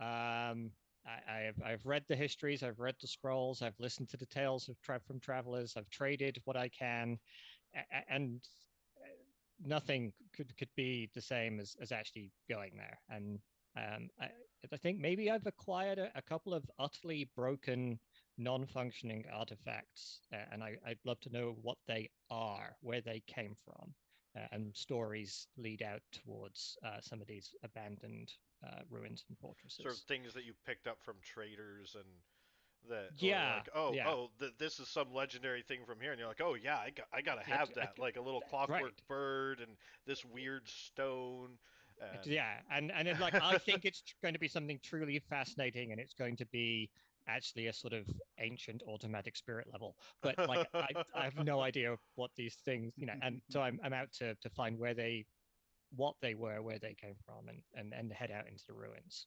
Um, okay. so yeah, That so that's explains why why I'm you were traveling. probably in Versailles because and Ameris because Dezka, who is the god of the forge, is from the same kingdom, Uruk, that is that Ao was from, and that Ameris claims descent from. So, Okay. and they've got museums, the Musée Ah, d'Aqua, and libraries, and all of this history that they've collected. The library La Luciole, and in the Perfect. capital city of Ameris. Yeah, the capital of Yes, Ameris is I've read Ameris. every book in the Dwarven Mines front to back many times over. Interestingly So time. enough, Our one thing that your character would be aware of is Ildami Valley, which is you actually have to pass through the Cormon mines to get to, and where you've probably spent every calibration since you were a kid. Mm. Um, Up at the peak on the far end of Ildami Valley, where the volcano that Cormond is built into, the magma chambers that connect to the actual volcano, supposedly houses a fragment of a rook. But those that go up there see the ghostly Gadim. They are these spectral dragonborn warriors that guard the Ooh. top of the mountain peak. And from the distance you can see faint ruins, but only the worthy are allowed to pass. Oh, And that's they people disappear when they go up there. So you've never gotten to actually go up and touch or see those ruins. You've just had to look at them from afar, and yes. now you're going to go find how to get the other ruins. Did And you see the rest of my prophecy? Only the penitent shall tread the winding path. That's perfect. yep. Our characters are going to have a shared interest in delving into ruins. So there we I go. caught that from your description. Yes, Yeah. I think that's going to be interesting. So Oh, but there are dragons here. Oh boy. Not again. Not No, we again. can't have it. Don't worry about it. so question before we get into race, I know some of you have your races kind of picked out. But are any of you thinking about your characters possibly knowing each other, or having history, or starting? I mean, I'm absolutely okay with you guys starting completely without knowing. I've kind of built it for that, but Um, So Nick and I- I. Oh, sorry. Yeah. Go ahead. No, I was just gonna say I'm right now imagining my character like wandering into the city on her own, adrift after whatever she's Yeah. running away from. So I would imagine she does not know anybody. Garth and I were talking about having Hadrian and Garth sort of fleeing from Vallakia together, whether that was because they had encountered each other during a performance that or an event that ended up harming Garth's parents or something. It's tricky with Hadrian because obviously the whole memory thing. But I'm open to whatever being the case. Like they may have just kind of encountered each other on the road. I think that it would be more of a casual. Like they wouldn't. They're. It's not like they're fast friends, but they've probably had a conversation or two around the campfire. right, Like that kind of kind of traveling thing. through Markush with some of the Right, wanderers. exactly. Yeah. Especially because like I don't again because of the freedom I'm giving. I don't know whether like Hadrian's prompt is something that happened recently or a long time ago that he's remembering as X or Y. And I'm open to it being any of those things. But I do think that it would make sense if he and Garth kind of encountered each other on the road too, And or fled together too. Garth sees as more people traveling together makes it harder to be hunted and harder to be killed. And Hadrian is curious about the guy with the teddy bear. And real bear as well. All right. So, and then I the think other person would be it's traveling from there, but might have cut across a different way.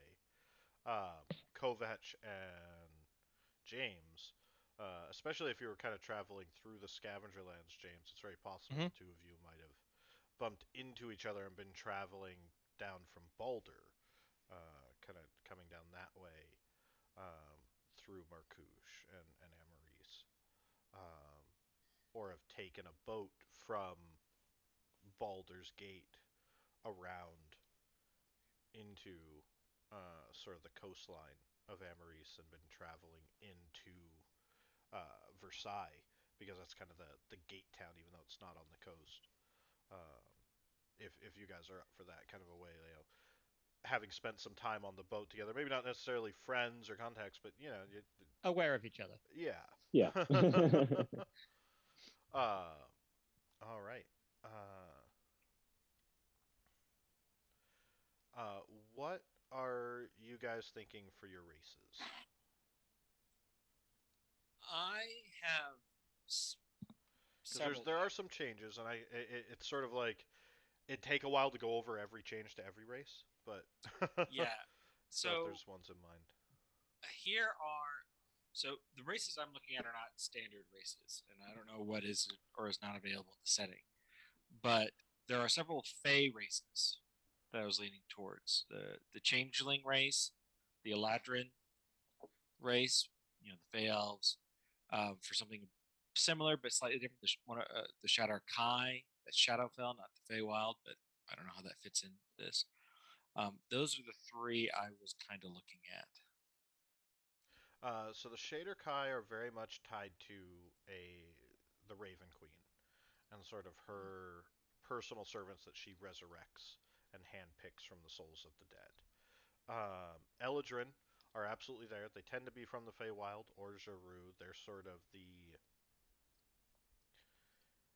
half nobility of the Fey. Like they make up the majority of what could be considered the royal courts of the Fey and kind of the Mm-hmm. everyday Fey people. Um, with uh, the big high up Fey being a bit more unusual entities, but they definitely still are absolutely playable, still a thing. Pretty much just like they are. Um, the other race was that you mentioned was Changeling. Changeling. Um, Changeling do exist. Uh, they are somewhat in Jaru. They're just normal. Like they're kind of fayish. But they are um, a very unusual race that came from kind of uh, no one's entirely sure exactly where they came from, but they aren't very well trusted, um, Mm.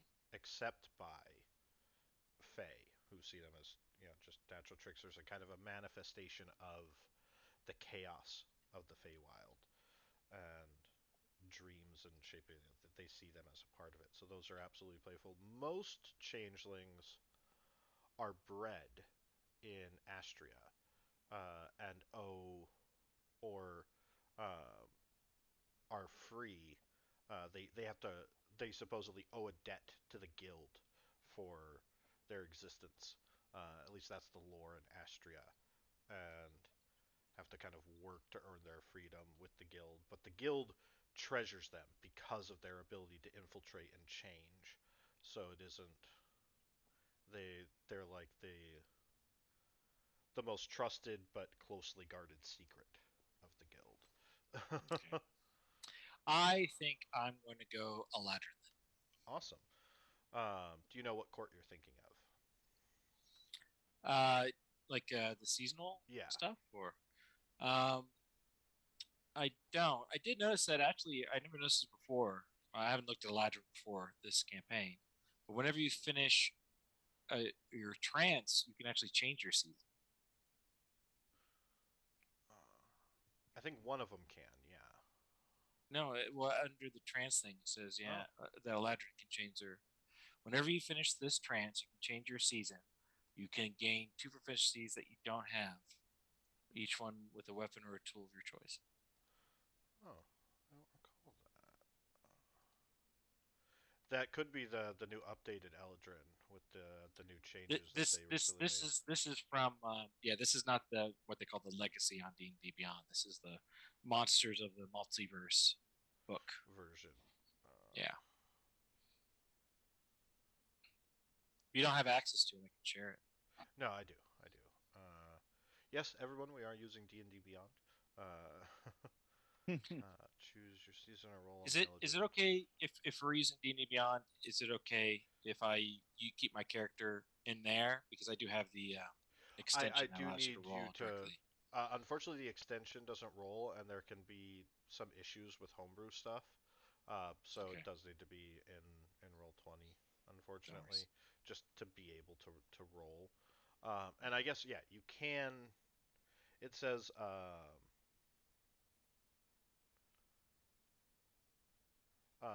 that there are circumstances that can change your season. It's not that you can change kind of guess. It's sort of up in the air as to what determines it.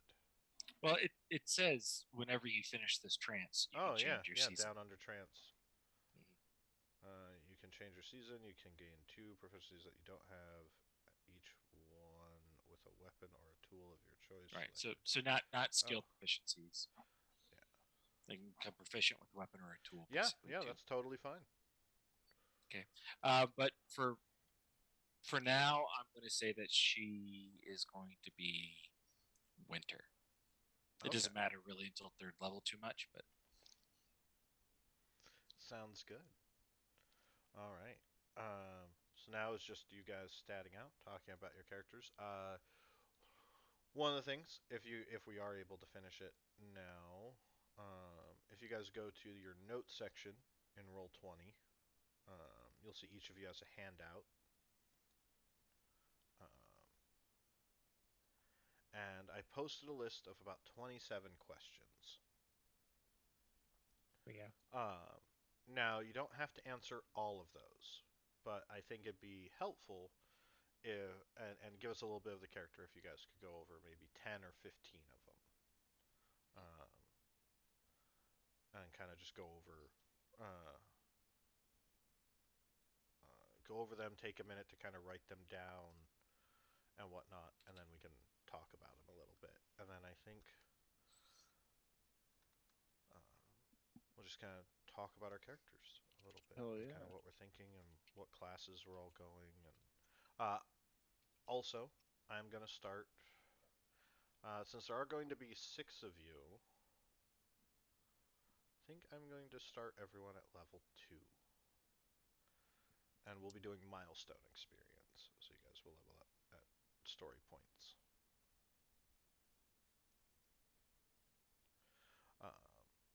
There's also information about the gods.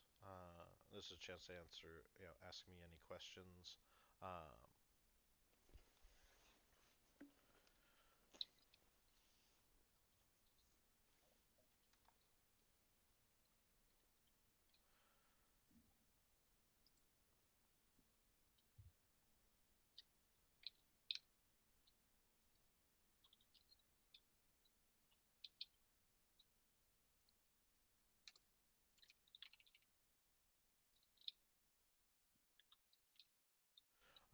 And for those of you that are watching on Twitch, if you're able to, feel free to post any questions in the chat. If you'd like to know anything about any of the characters, I will ask the players the questions.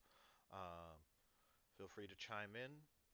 If there's anything you'd like to know about the game world or lore that you're curious about, sort of getting a sneak peek, feel free to post that while we wait for them to kind of take a look at those questions and answer them.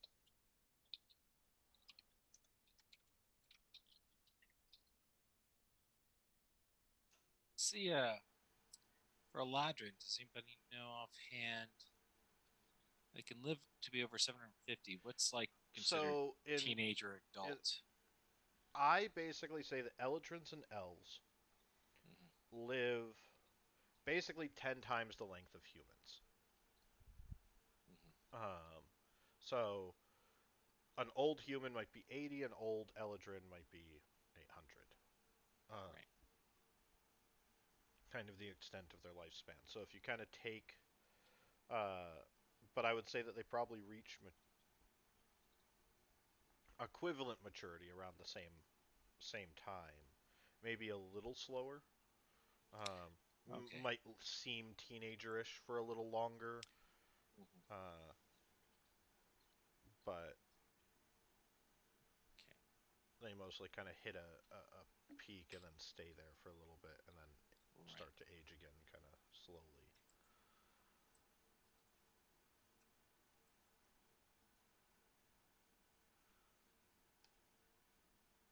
And let's...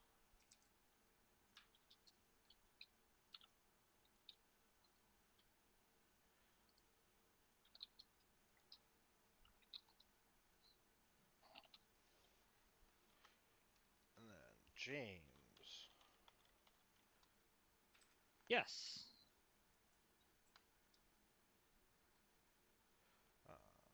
Can you roll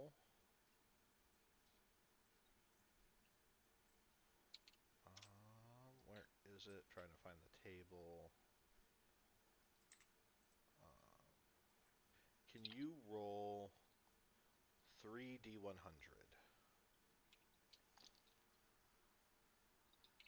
And let me know what you roll. Oh, that's not ominous at all. 106. What was each of them? I need to know each one. Oh, 42, 21, 43. 42, good roll. Okay. Are you rolling the trinket table? So, one of the trinkets you have managed to acquire is a small 8-ounce wine bottle that every time you accidentally dropped or break, it seems to reassemble itself after a minute. What was the second roll? 21.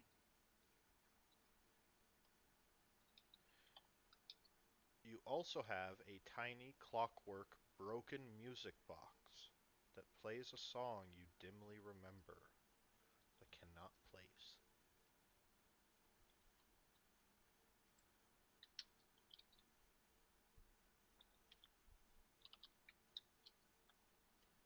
It's kind of broken and tings and jams fairly consistently, and you just haven't been able to get it to work reliably.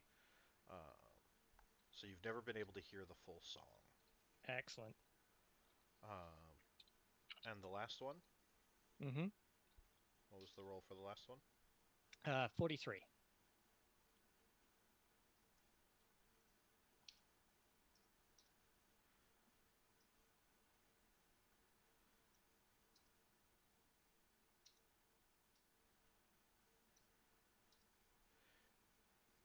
A glass orb filled with water with a broken clockwork goldfish inside.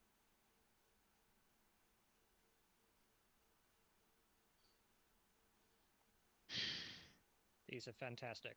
Yes. And a bottle that reassembles itself? I know, I have to go and understand that. No. You don't need to understand it. You need to use it as a weapon. What with, about with frequent use comes much understanding. Look, here's the thing. You can dramatically break the bottle to signal shit is going down again and again and again. And it will always be there for you. Think of the possibilities. Then just throw a bottle for a distraction. Yes. Yeah. Molotov cocktail. All right. So, Hadrian, since you, or Nick, I should say, sorry, habit. I know. Hadrian is also playing Kyros and Anaya. You know, right? He has a lot of characters. Right. He's an avid D&D player. Silver King says that the bottle sounds like a good opportunity to learn how to juggle. Oh yeah. I need 2 more. Silver King is one of my better friends. Just don't bottle up your feelings with it. No. Dean, as we said before, the best way to deal with feelings is to bottle them up inside until they fester as a mental illness and eventually destroy you and everybody you love. What? That is the Hadrian method. Yes. Oh, very much. Tried and true. Very much the Hadrian method. What were you asking, Frosty? Sorry, I got distracted. Tell us a little bit about, not full details, but why don't you tell us a little bit about Hadrian? Not just what you put together, but introduce personality-wise, you mean? Sort of. Yeah. So Hadrian is what you would call a bit of an asshole. He is, well, not even that. He's just kind of done with everything. He was raised with an expectation that if he strayed even a little bit from the path of good and righteousness and blah, blah, blah, blah, blah, he would become a monstrosity the likes of which the world had never seen. And there were probably reasons for that warning, but he wasn't really paying attention. He was very young. He was more interested in sort of watching performances, getting into trouble. His mother was a lovely performer, a bit unhinged, as most performers are. his father was an ass. And eventually, when he did leave his home, he sort of went on a training mission with a mentor figure who was a student of his father, but clashed heads with him a lot, mostly over morality and sort of the lessons he was being taught were very sort of Jedi-esque or Paladin-esque. Like, there is good and bad, there is right and wrong. These people are bad, these people are good, and his question was always why. And he could never answer that question, but neither could Hadrian. And so he's sort of, at the start of the campaign, I would say he's sort of given up on answering that question. He's very much kind of a everybody is shit in their way. Some people are less shit than others. And if it comes down to a confrontation between two shitty people, you should try and support the one who is less shitty. But if you can't do that, don't sweat it. He's charming in his way. He's a bit sort of disarmingly honest. But he's quite abrasive. He doesn't really suffer. He would rather tell a hard truth than a white lie. Like 100 times out of 100, he will tell you something that will shatter your world rather than say there it will be okay. Because it won't be okay as far as he's concerned. Nothing will ever be okay. Yeah, he's very sort of. I would put him as sort of a mix of, if you're going sort of Marvel-wise, bit of Bucky, a lot of Valkyrie, and a bit of Tony Stark sort of thrown into one. All right. He's got that sarcasm. He's got that kind of I'm done with everything, and a bit of that apparent regret in him. But yeah, I mean, I could describe him physically, but I don't think that's what you're really going for right now. Yeah. James, do you want to tell us a little bit about your character? What's their name? If you have one yet. I did have a name. I'm not sure if I've stuck with it, but if I say it out loud now, then. All let's right. see. All right. Do. We do have a handout with naming conventions for different regions if you want to use those. Oh yes. Okay. Let me look to that before we lock in a name. For Armistan and Cormund, it's for Cormund in particular, it tends to be Iron Slammer, Rock Tosser, Silver, Silversmith, kind of sort of a combination. I think you've just named several of my 6 siblings. At least for the last names, like those tend to be the family names, and then the first names are kind of, yeah. Well, yeah, there's a the family of high constitution, strong dwarves with dexterous and skillful. Their trades, they're forging things, they're creating things, they're craftsmen. And my dexterity is not so much, and my constitution for a dwarf is not what you'd expect. And so I was kind of mocked for my inability to follow the deep family traditions of actually making things, and decided that I could get better if only instead of actually trying to forge things, I read about how to forge things, and that led me into the libraries, because hitting things that hard that often didn't seem right. There had to be better ways of doing things. Gotta break something. Gotta break, yeah, right. So and that led me off into the books, into the libraries, and more under the wing of the clerics of the Forge, which is what sort of started down. And in Cormund, it is said that the halls of Cormund house Desca's Worldforge hammer, Nautica, within their temple. Okay. That the hills are blessed with the Residium, a gift from him, that it's the sacred land of the dwarves. Yes. So unlike the rest of my family, order. Yeah. Yes, I felt much more at home in with the clerics and the religious orders in the mountain than actually trying to make things. So a disappointment to the family. But whilst there, yes, any trinket, any weirdness, any sort of device that came in, I've acquired those three. There's these questions here about whether I ever got arrested, and yes, Pestering dwarvish mother that's telling you need to drink more and build up some more muscle. And yes. Yeah. So and yes, and so this fascination with history in the outside world has built up whilst mostly being sort of underground, and so now head out into the world.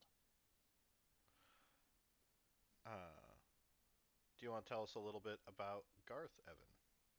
Oh, all right, yeah, me. Garth is he is very naive, innocent, almost like a child who has never had his worldview ever challenged. Um, he is very quick to trust people. He has limited interaction with people in his past, so he mostly sees people as everyone is good and everyone is capable of doing good. So very easily manipulated by people who would have ill intent. Um, sees the world through almost rose tinted lenses in a way. So did he get into a lot of trouble in Vallakia? Kind of growing up after everything happened with his family, and like how Um, did he get taken advantage of a lot, or it kind of hasn't really adapted, or did he just um, kind of well, flee and uh, live amongst the squirrels and rabbits? Garth, I feel like we probably met when you were trying to do a good deed for people who wanted to eat you, and Hadrian was like, "No, don't fucking like that. They're fucking zombies. Like, don't. No, I bad see. Garth." I see that the whole main event of what happening in Blakia being more recent, Okay. kind of as his spur to adventure. Kind of, this just happened. What the hell to do now? I am lost. I don't know where I'm at. I've met this guy named Hadrian. He seems to know what he's doing. I'll just follow him for a little bit.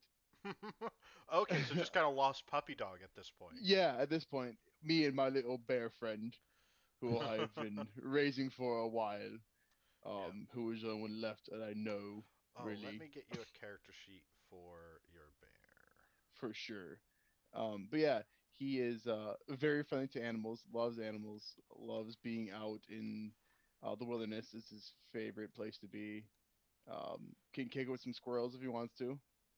Um, yeah, just basically what your stereotypical druid, but as a ranger.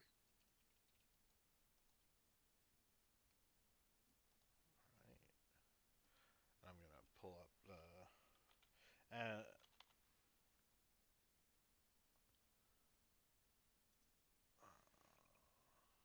Where is? Oh, there it is. Black bear. All right. You should see Barry.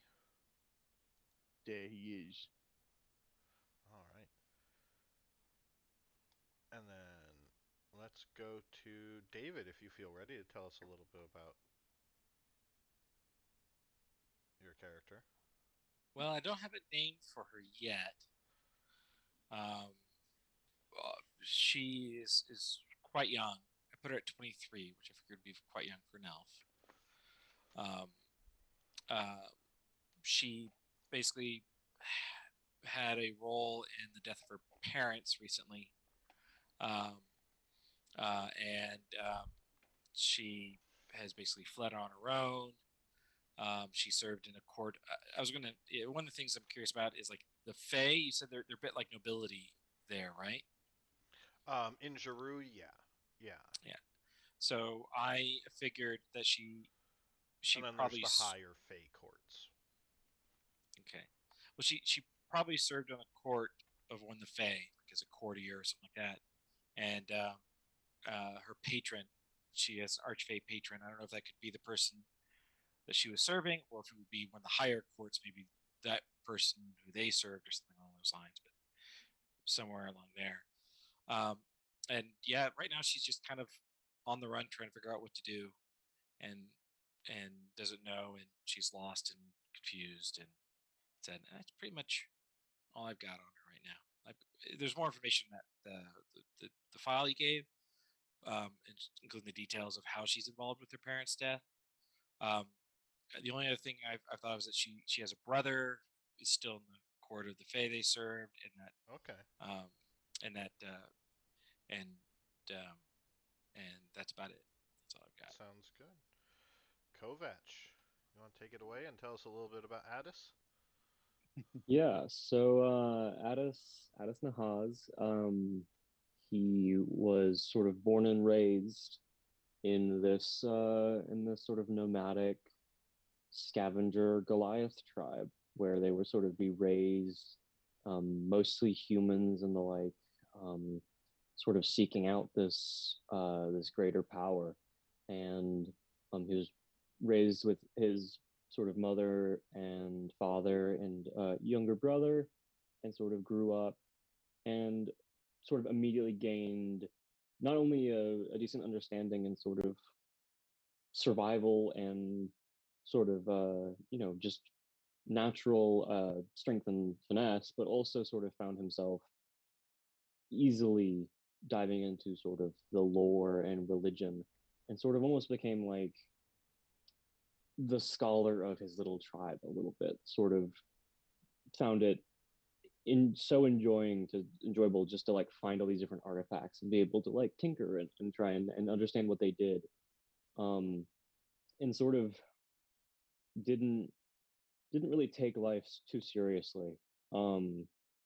Sort of had enough prestige in his tribe that when they managed to find a stone, he was granted it on his sort of 21st birthday, and in taking it managed to survive the transformation, and then What was that sort like? of went. Like, what kind of an Oh. experience was that? How was was the hunt significant? Was he like Mm, kind of how did it feel for him to one be chosen to mm, partake in taking the stone and then survive?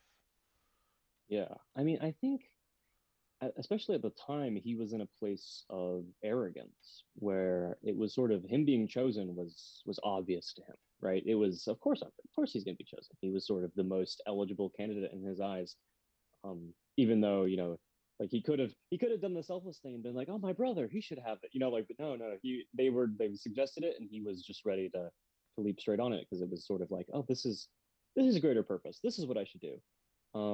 Didn't really stop to think about the consequences, didn't even really stop to think if he would survive or not. And sort of had this approach of sort of looking at it as he was obviously chosen by the gods. He sort of was he sort of worships all of them in equal depth, The where he 12, sort of the treats them 12 all like a, gods. yeah, yeah, just sort of dabbles in a little bit of each of them, and sort of was like, of course, I worship them all. They've chosen me. This is my destiny, sort of. And sort of after having and sort of being transformed by the stone, gained this perspective of like, oh, he has this sort of not entirely unique, but sort of his own view on magic as it being something that's just in everything, right? As someone whose body was essentially altered and transformed by this magic, he calls himself a wizard. He thinks he's a wizard. He's not, by any actual terminology. But his sort of rage is less of an anger thing and more of him just sort of channeling whatever bizarre magic makes him up to bring himself to these extraordinary levels.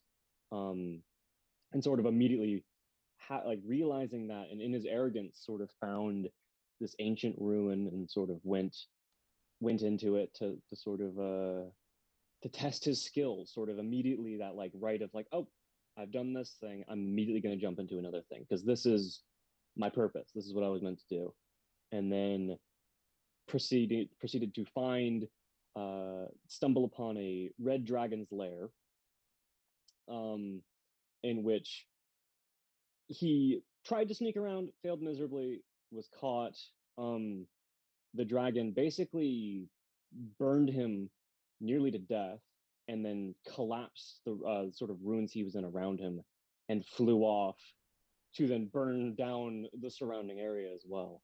And sort of he only survived, like he was like so close to death, but only survived because of his just new transformation. That was like sort of the only thing that managed to keep him alive, as he basically had to um, pull himself out of this rubble and ruin for like years. It took him like 2 years to fully manage to get back to the outside, where then he had found basically everyone that he knew and everyone that he loved had been killed by the dragon. And sort of had this sudden realization that like maybe he was wrong, maybe the gods hadn't chosen him, and he wasn't quite sure what he was supposed to do next. So he's sort of in this position of like realizing, oh, I've done this transformation that's fundamentally altered myself and who I am. And sort of his current goal is just to stay alive long enough to figure out what his goal is. Like he doesn't know what he wants to do in his life or sort of what his purpose is, as but he just wants to try and figure it out. He's currently sort of venturing around. He's got a sort of inspiration or sort of thing that he was obsessed with when he was younger, which he thinks is sort of like beyond him now. Of when he was younger, sort of the tales of Bastion sort of really spoke to him as this place of like everyone and all of the gods coming together, as like a place he would want to visit and sort of be able to visit the halls of. But now he sort of sees that as an unattainable goal. Like he's never quite sure if he doesn't really want to go to Bastion anymore, but it's sort of still there in the back of his mind Yeah. as like a what if. And so currently he's just sort of wandering, sort of wandering about, finding ruins where he can, and still delving, although being a little bit more hesitant now. And yeah, the he's got he's going to be using a quarterstaff, as all wizards do. And it's sort of this it's like the last, it's like a relic that managed to survive uh his tribe being burnt. He managed to find a single wooden stick that was all gnarled and burnt, but managed to sort of somehow stay intact from the dragon fire, and he's carrying that as his like arcane focus. All right. To bludgeon people senselessly. Sounds Yeah. good. Do any of you have any? I think I saw you raising your hand, Nick. Oh, I was making quotation marks, not actually Oh. raising my hand. But any questions? Anything I can answer before we get going? Before we get the actual campaign started while we're still in this character creation? Yeah. Any questions about classes? What? Um, so the tarot reading thing, does that replace like the background packages that we would normally get? No, no. You will still get a background. It's just a little extra thing to add some flavor and fun. Okay, okay. So then then I still need to pick that as well. Frosty, I did have a question actually. So obviously, the in-game oath is a big thing, but if we're starting at level 2, it means it might need to happen sooner rather than later. Uh, how do we work with that? Because obviously, if there's not a point for it, I don't want to force it, right? But on the other hand, it would feel weird. I do level Yeah. up story based, so it isn't necessarily that Yeah. Okay. you at this point in the story you're all going to level up together. There might be points in the story where you guys all level up together, but I treat it as kind of following the natural thing. So, for example, Yeah. with the paladin oath, if you reached a point where you swore an oath to a king, to country, to a god, to a cause, Right. that would be the point where you would finally level up. And there might be, and this is why I work. One of the things I do with players when leveling up in D&D is try and work with you with what's in the story, and this is kind of for everyone in that, um, you know, if everyone is going up, or if an event, if you're in game and you're really wanting to go fourth level rogue, but you go up to a demon and go, yeah, I'll give you souls if in exchange for power. Well, guess what? You're getting a warlock level. Um, Right. So I was more asking, like, for example, if everyone is leveling up because we've had some sessions and done some shit, and there isn't an obvious oath. Like, is that a point where I would wait until there is an obvious oath and then catch up, or would I just take like a level of fighter or barbarian or something like that, or rogue? Probably like a Or fighter or a barbarian. If okay, if it was an event where everybody is leveling up, okay, uh, it would be like you could choose. You don't know. I'm gonna wait. He's not getting stronger until kind of this moment. That's up to you. But if it's a moment where I'm like everyone's getting a level here, and you're yeah, like, it's like he hasn't sworn an oath.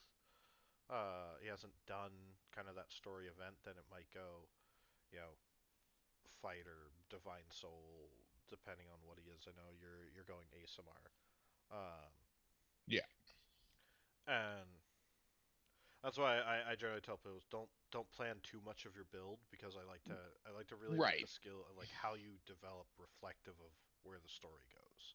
right, and that's why I Um, was asking, because I was like, I wanted it to be that. I just also wanted to make sure that like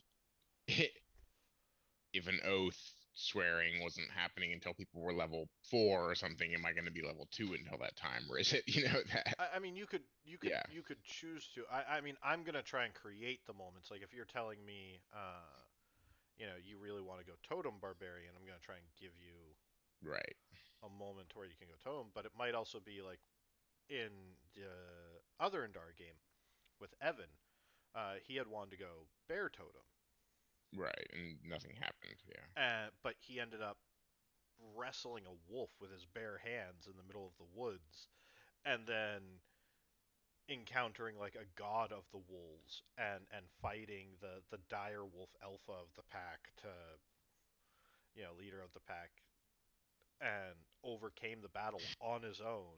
And so it was very much like that wolf totem right there, Mhm. you know. Uh, right. So like, yeah, this would be a thing where like, if there was Nylea-esque things in a story, it would be more like Oath of Ancients or Watchers or Devotion than if it was a more war god or like, hey, fuck you, I hate you, I'm gonna kill you, Vengeance Paladin kind of yeah, thing going on. yeah, and that's why Hmm. generally when we're getting close to those points where I think, hey, we're gonna be leveling up or something like that, I'm gonna try and introduce those story points in for each of your characters and kind of talk to you guys and be like, okay, so you're looking to go Divine Soul Sorcerer, or you want to go, um, College of Lore Bard. Um, uh, we kind of work together and be like, well, does that make sense? Like, could you go to the College of Lore? Well, I have been studying all of these books. It's like, okay, cool. Yeah, you have been reading all of those books and kind of learning lore. So yeah, that makes sense. Like, you can take that as a level, but it might also be like, I'm gonna go wizard even though I was a fighter, and it's like, well, where did you learn the magic? Right? Where how are you practicing? Like sorcerer, sure, like that could just be in your blood. You finally woke it up, but how are you in the middle of the woods suddenly becoming a wizard even though you haven't taken any time to study magic? Right. Um, those are the kind of questions I ask, and just because it helps make everything more cohesive in the grander story when they kind of happen that way. Of course, there's always points in a story where sometimes it's just obvious. Like as I said, you make that deal with the demon. Well, guess what? You're getting a warlock level, even if you weren't planning on going warlock, because well, you just made a deal with a demon. Um, But what if it was a very nice demon so who's maybe he asks you to the just bring him milk and cookies every well, the Sunday. deal was more like, if you be a better person, I'll give you power. So it's like an oath of redemption to a demon. He's trying to do good. I'm trying to do good. We're gonna try to do it together, like that kind of thing. Self improvement classes. Yeah, great question. Great question. Any other questions? I've got one. Yeah. Go ahead. Um, it's more of a mechanical thing. I get proficiency in survival from both my background and my race, and it's not something I can necessarily choose. Do I get to put that into something else, or am I just losing that proficiency? So if you have if your background gives you a proficiency that you get from another source, you can replace it with one of your choice. Okay, cool. Thank you. James? I was looking for suggestions on additional languages. I'm going with Cloistered Scholar. I've got 2 languages I can pick up. So for languages, Orcish. I'm thinking appropriate things that may be in the library or things that I might. so here is a list. So for Andaran languages, you have common, and then you have realm-based common. So this would be like think French versus Spanish versus English, Mhm. right? Like um, the common language for the particular realm. So you could know common and then like specifically like Corman common or Mm. Xenos common. Um, mind you, these are usually spoken mostly in close, but people kind of use most of the common language is derived from kind of the amalgamation of those, so everyone can kind of understand, but it can give you a little bit of secrecy. For your particular history, being from there, Elvish might make sense, Okay. because the Valen are elves and being and time spent with them in Eldami and kind of learning, but not necessarily. The other one, if it's a more common language that you're looking for, um, I was wondering if any of the texts were in something older, but I don't know if anything's. yeah. So there'd be, um, Huh. there is primordial and mythic. Um, now, mythic is not a spoken language. It's like Sanskrit or hieroglyphs. It probably was spoken at one point in time, but no one really knows necessarily how it sounds, per se. Perfect. I Um, would only learn how to read the language. I would not have learned how to speak one. So yeah. yes. In Um, fact, I might actually know how to read Elvish, but not how to speak it, which might be. and then there's also primordial, which is sort of the base language that all the modern language are based on. It's kind of the Mm. Latin of the world. Oh, Latin. Oh, fine. I'm actually not Elvish then. I'm going to go with Primordial and Mythic, um, which is less practical. But I guess on the language discussion, since I also will have languages, um, would it be possible? I assume what would the main thing sort of with the Goliaths? What like main language would the Goliaths sort of is it mythic or like um, following the colossi Goliaths and stuff? would mostly speak uh, Orcish. Mm. But like less So speaking and more like what would the like Orcish and language of Dwarvish. Uh, mm, those are derived from. So, mm, for example, Orcish is commonly used by orcs, raiders, ogres, large monsters, ogres, giants, etc. It's an abbreviated and shortened offshoot of the Dwarven language, with borrowed words from Goblin and Gnomish. okay. It's a more complex language than Goblin, but many of the words in the language are shortened. Um, you wouldn't say the full word. You use body language and sort of grunts and vocal intonation to contextually adjust the meaning of of a particular part of the word. Uh, that's kind of the Orcish should be. Uh,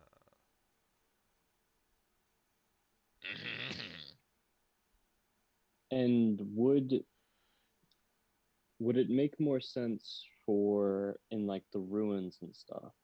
would celestial be something that would be found there, or would it more likely be mythic and primordial? Um, so if you were looking at like the dragons layer, right, you'd be looking Hmm. at mostly draconic, um, Yeah.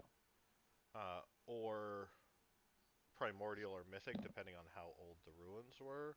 Primordial is more a base language and not really sort Okay. of what the modern folk of Endara call primordial is not actually any one language. It is what the people and historians and linguists and mages of Endara during the Second Age have pieced together of all the languages spoken in the Mythic Age.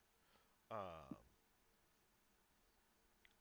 kind of a weird blend of borrowed words from what they could find of the different cultures and kind of piecing them together and learning how to recognize the different symbols. Primordial and Mythic go somewhat hand in hand, uh, but a lot of the words that they have writing for in Mythic, they don't actually know what a particular country's pronunciation or usage or anything might have been or what it means per se, because they've only got fragments of the language. Okay.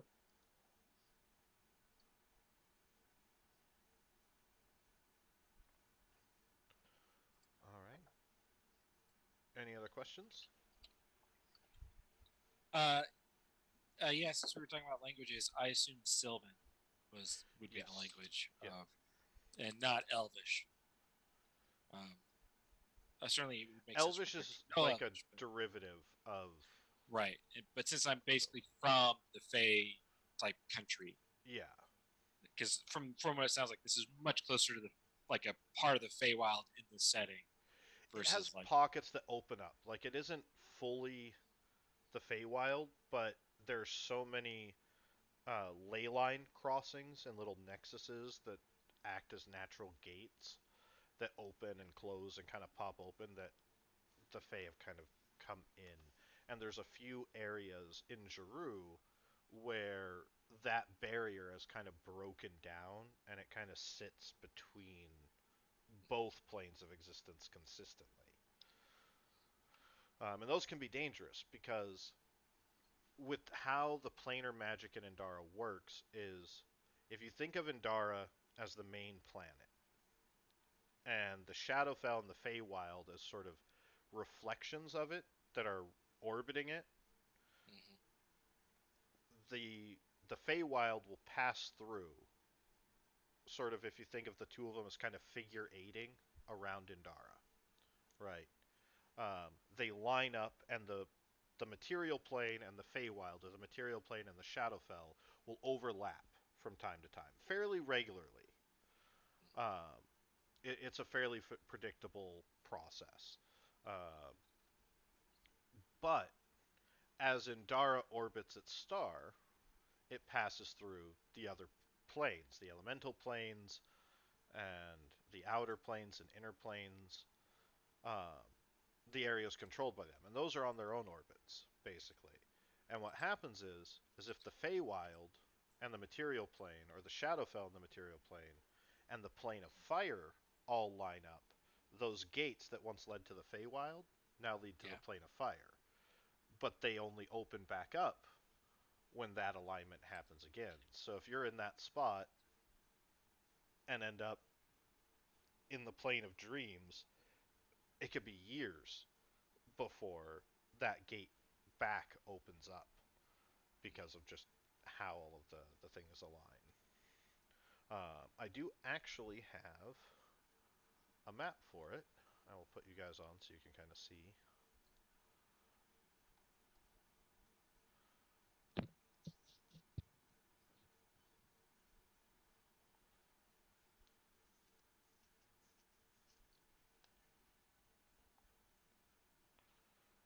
I put way too much thought into the cosmology of the world.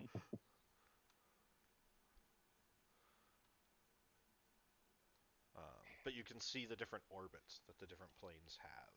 And when those all line up. And the more difficult the plane, for example, uh, the um,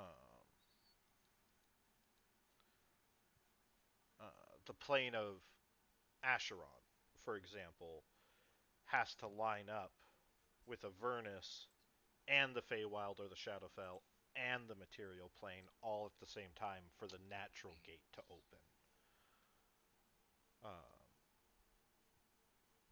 Where those ley lines cross.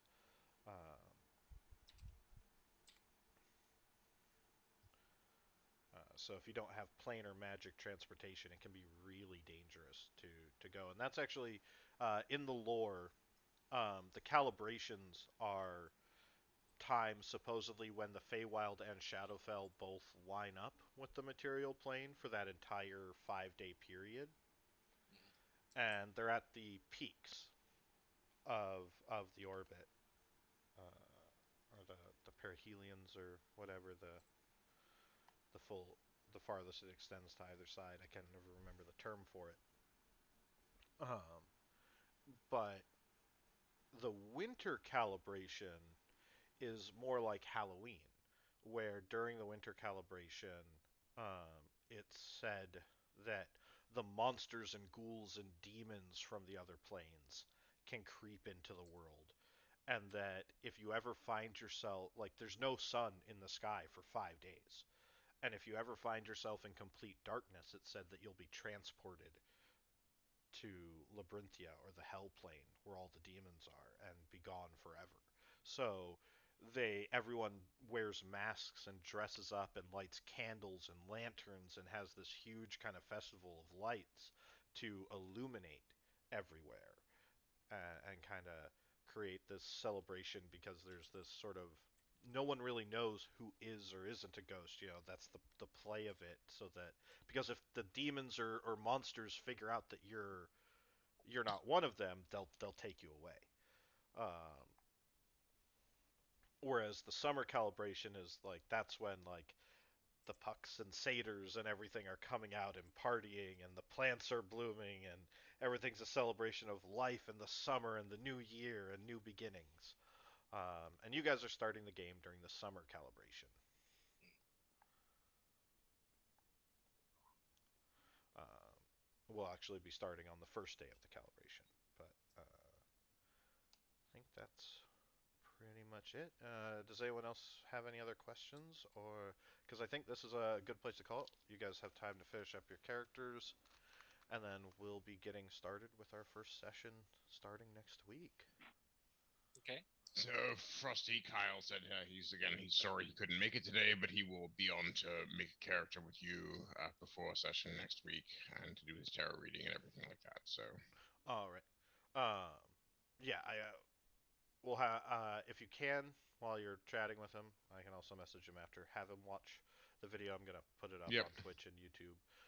By the way, everyone, you can check us out on YouTube. Just search for Andromeda Adventures. Still working on getting the link up.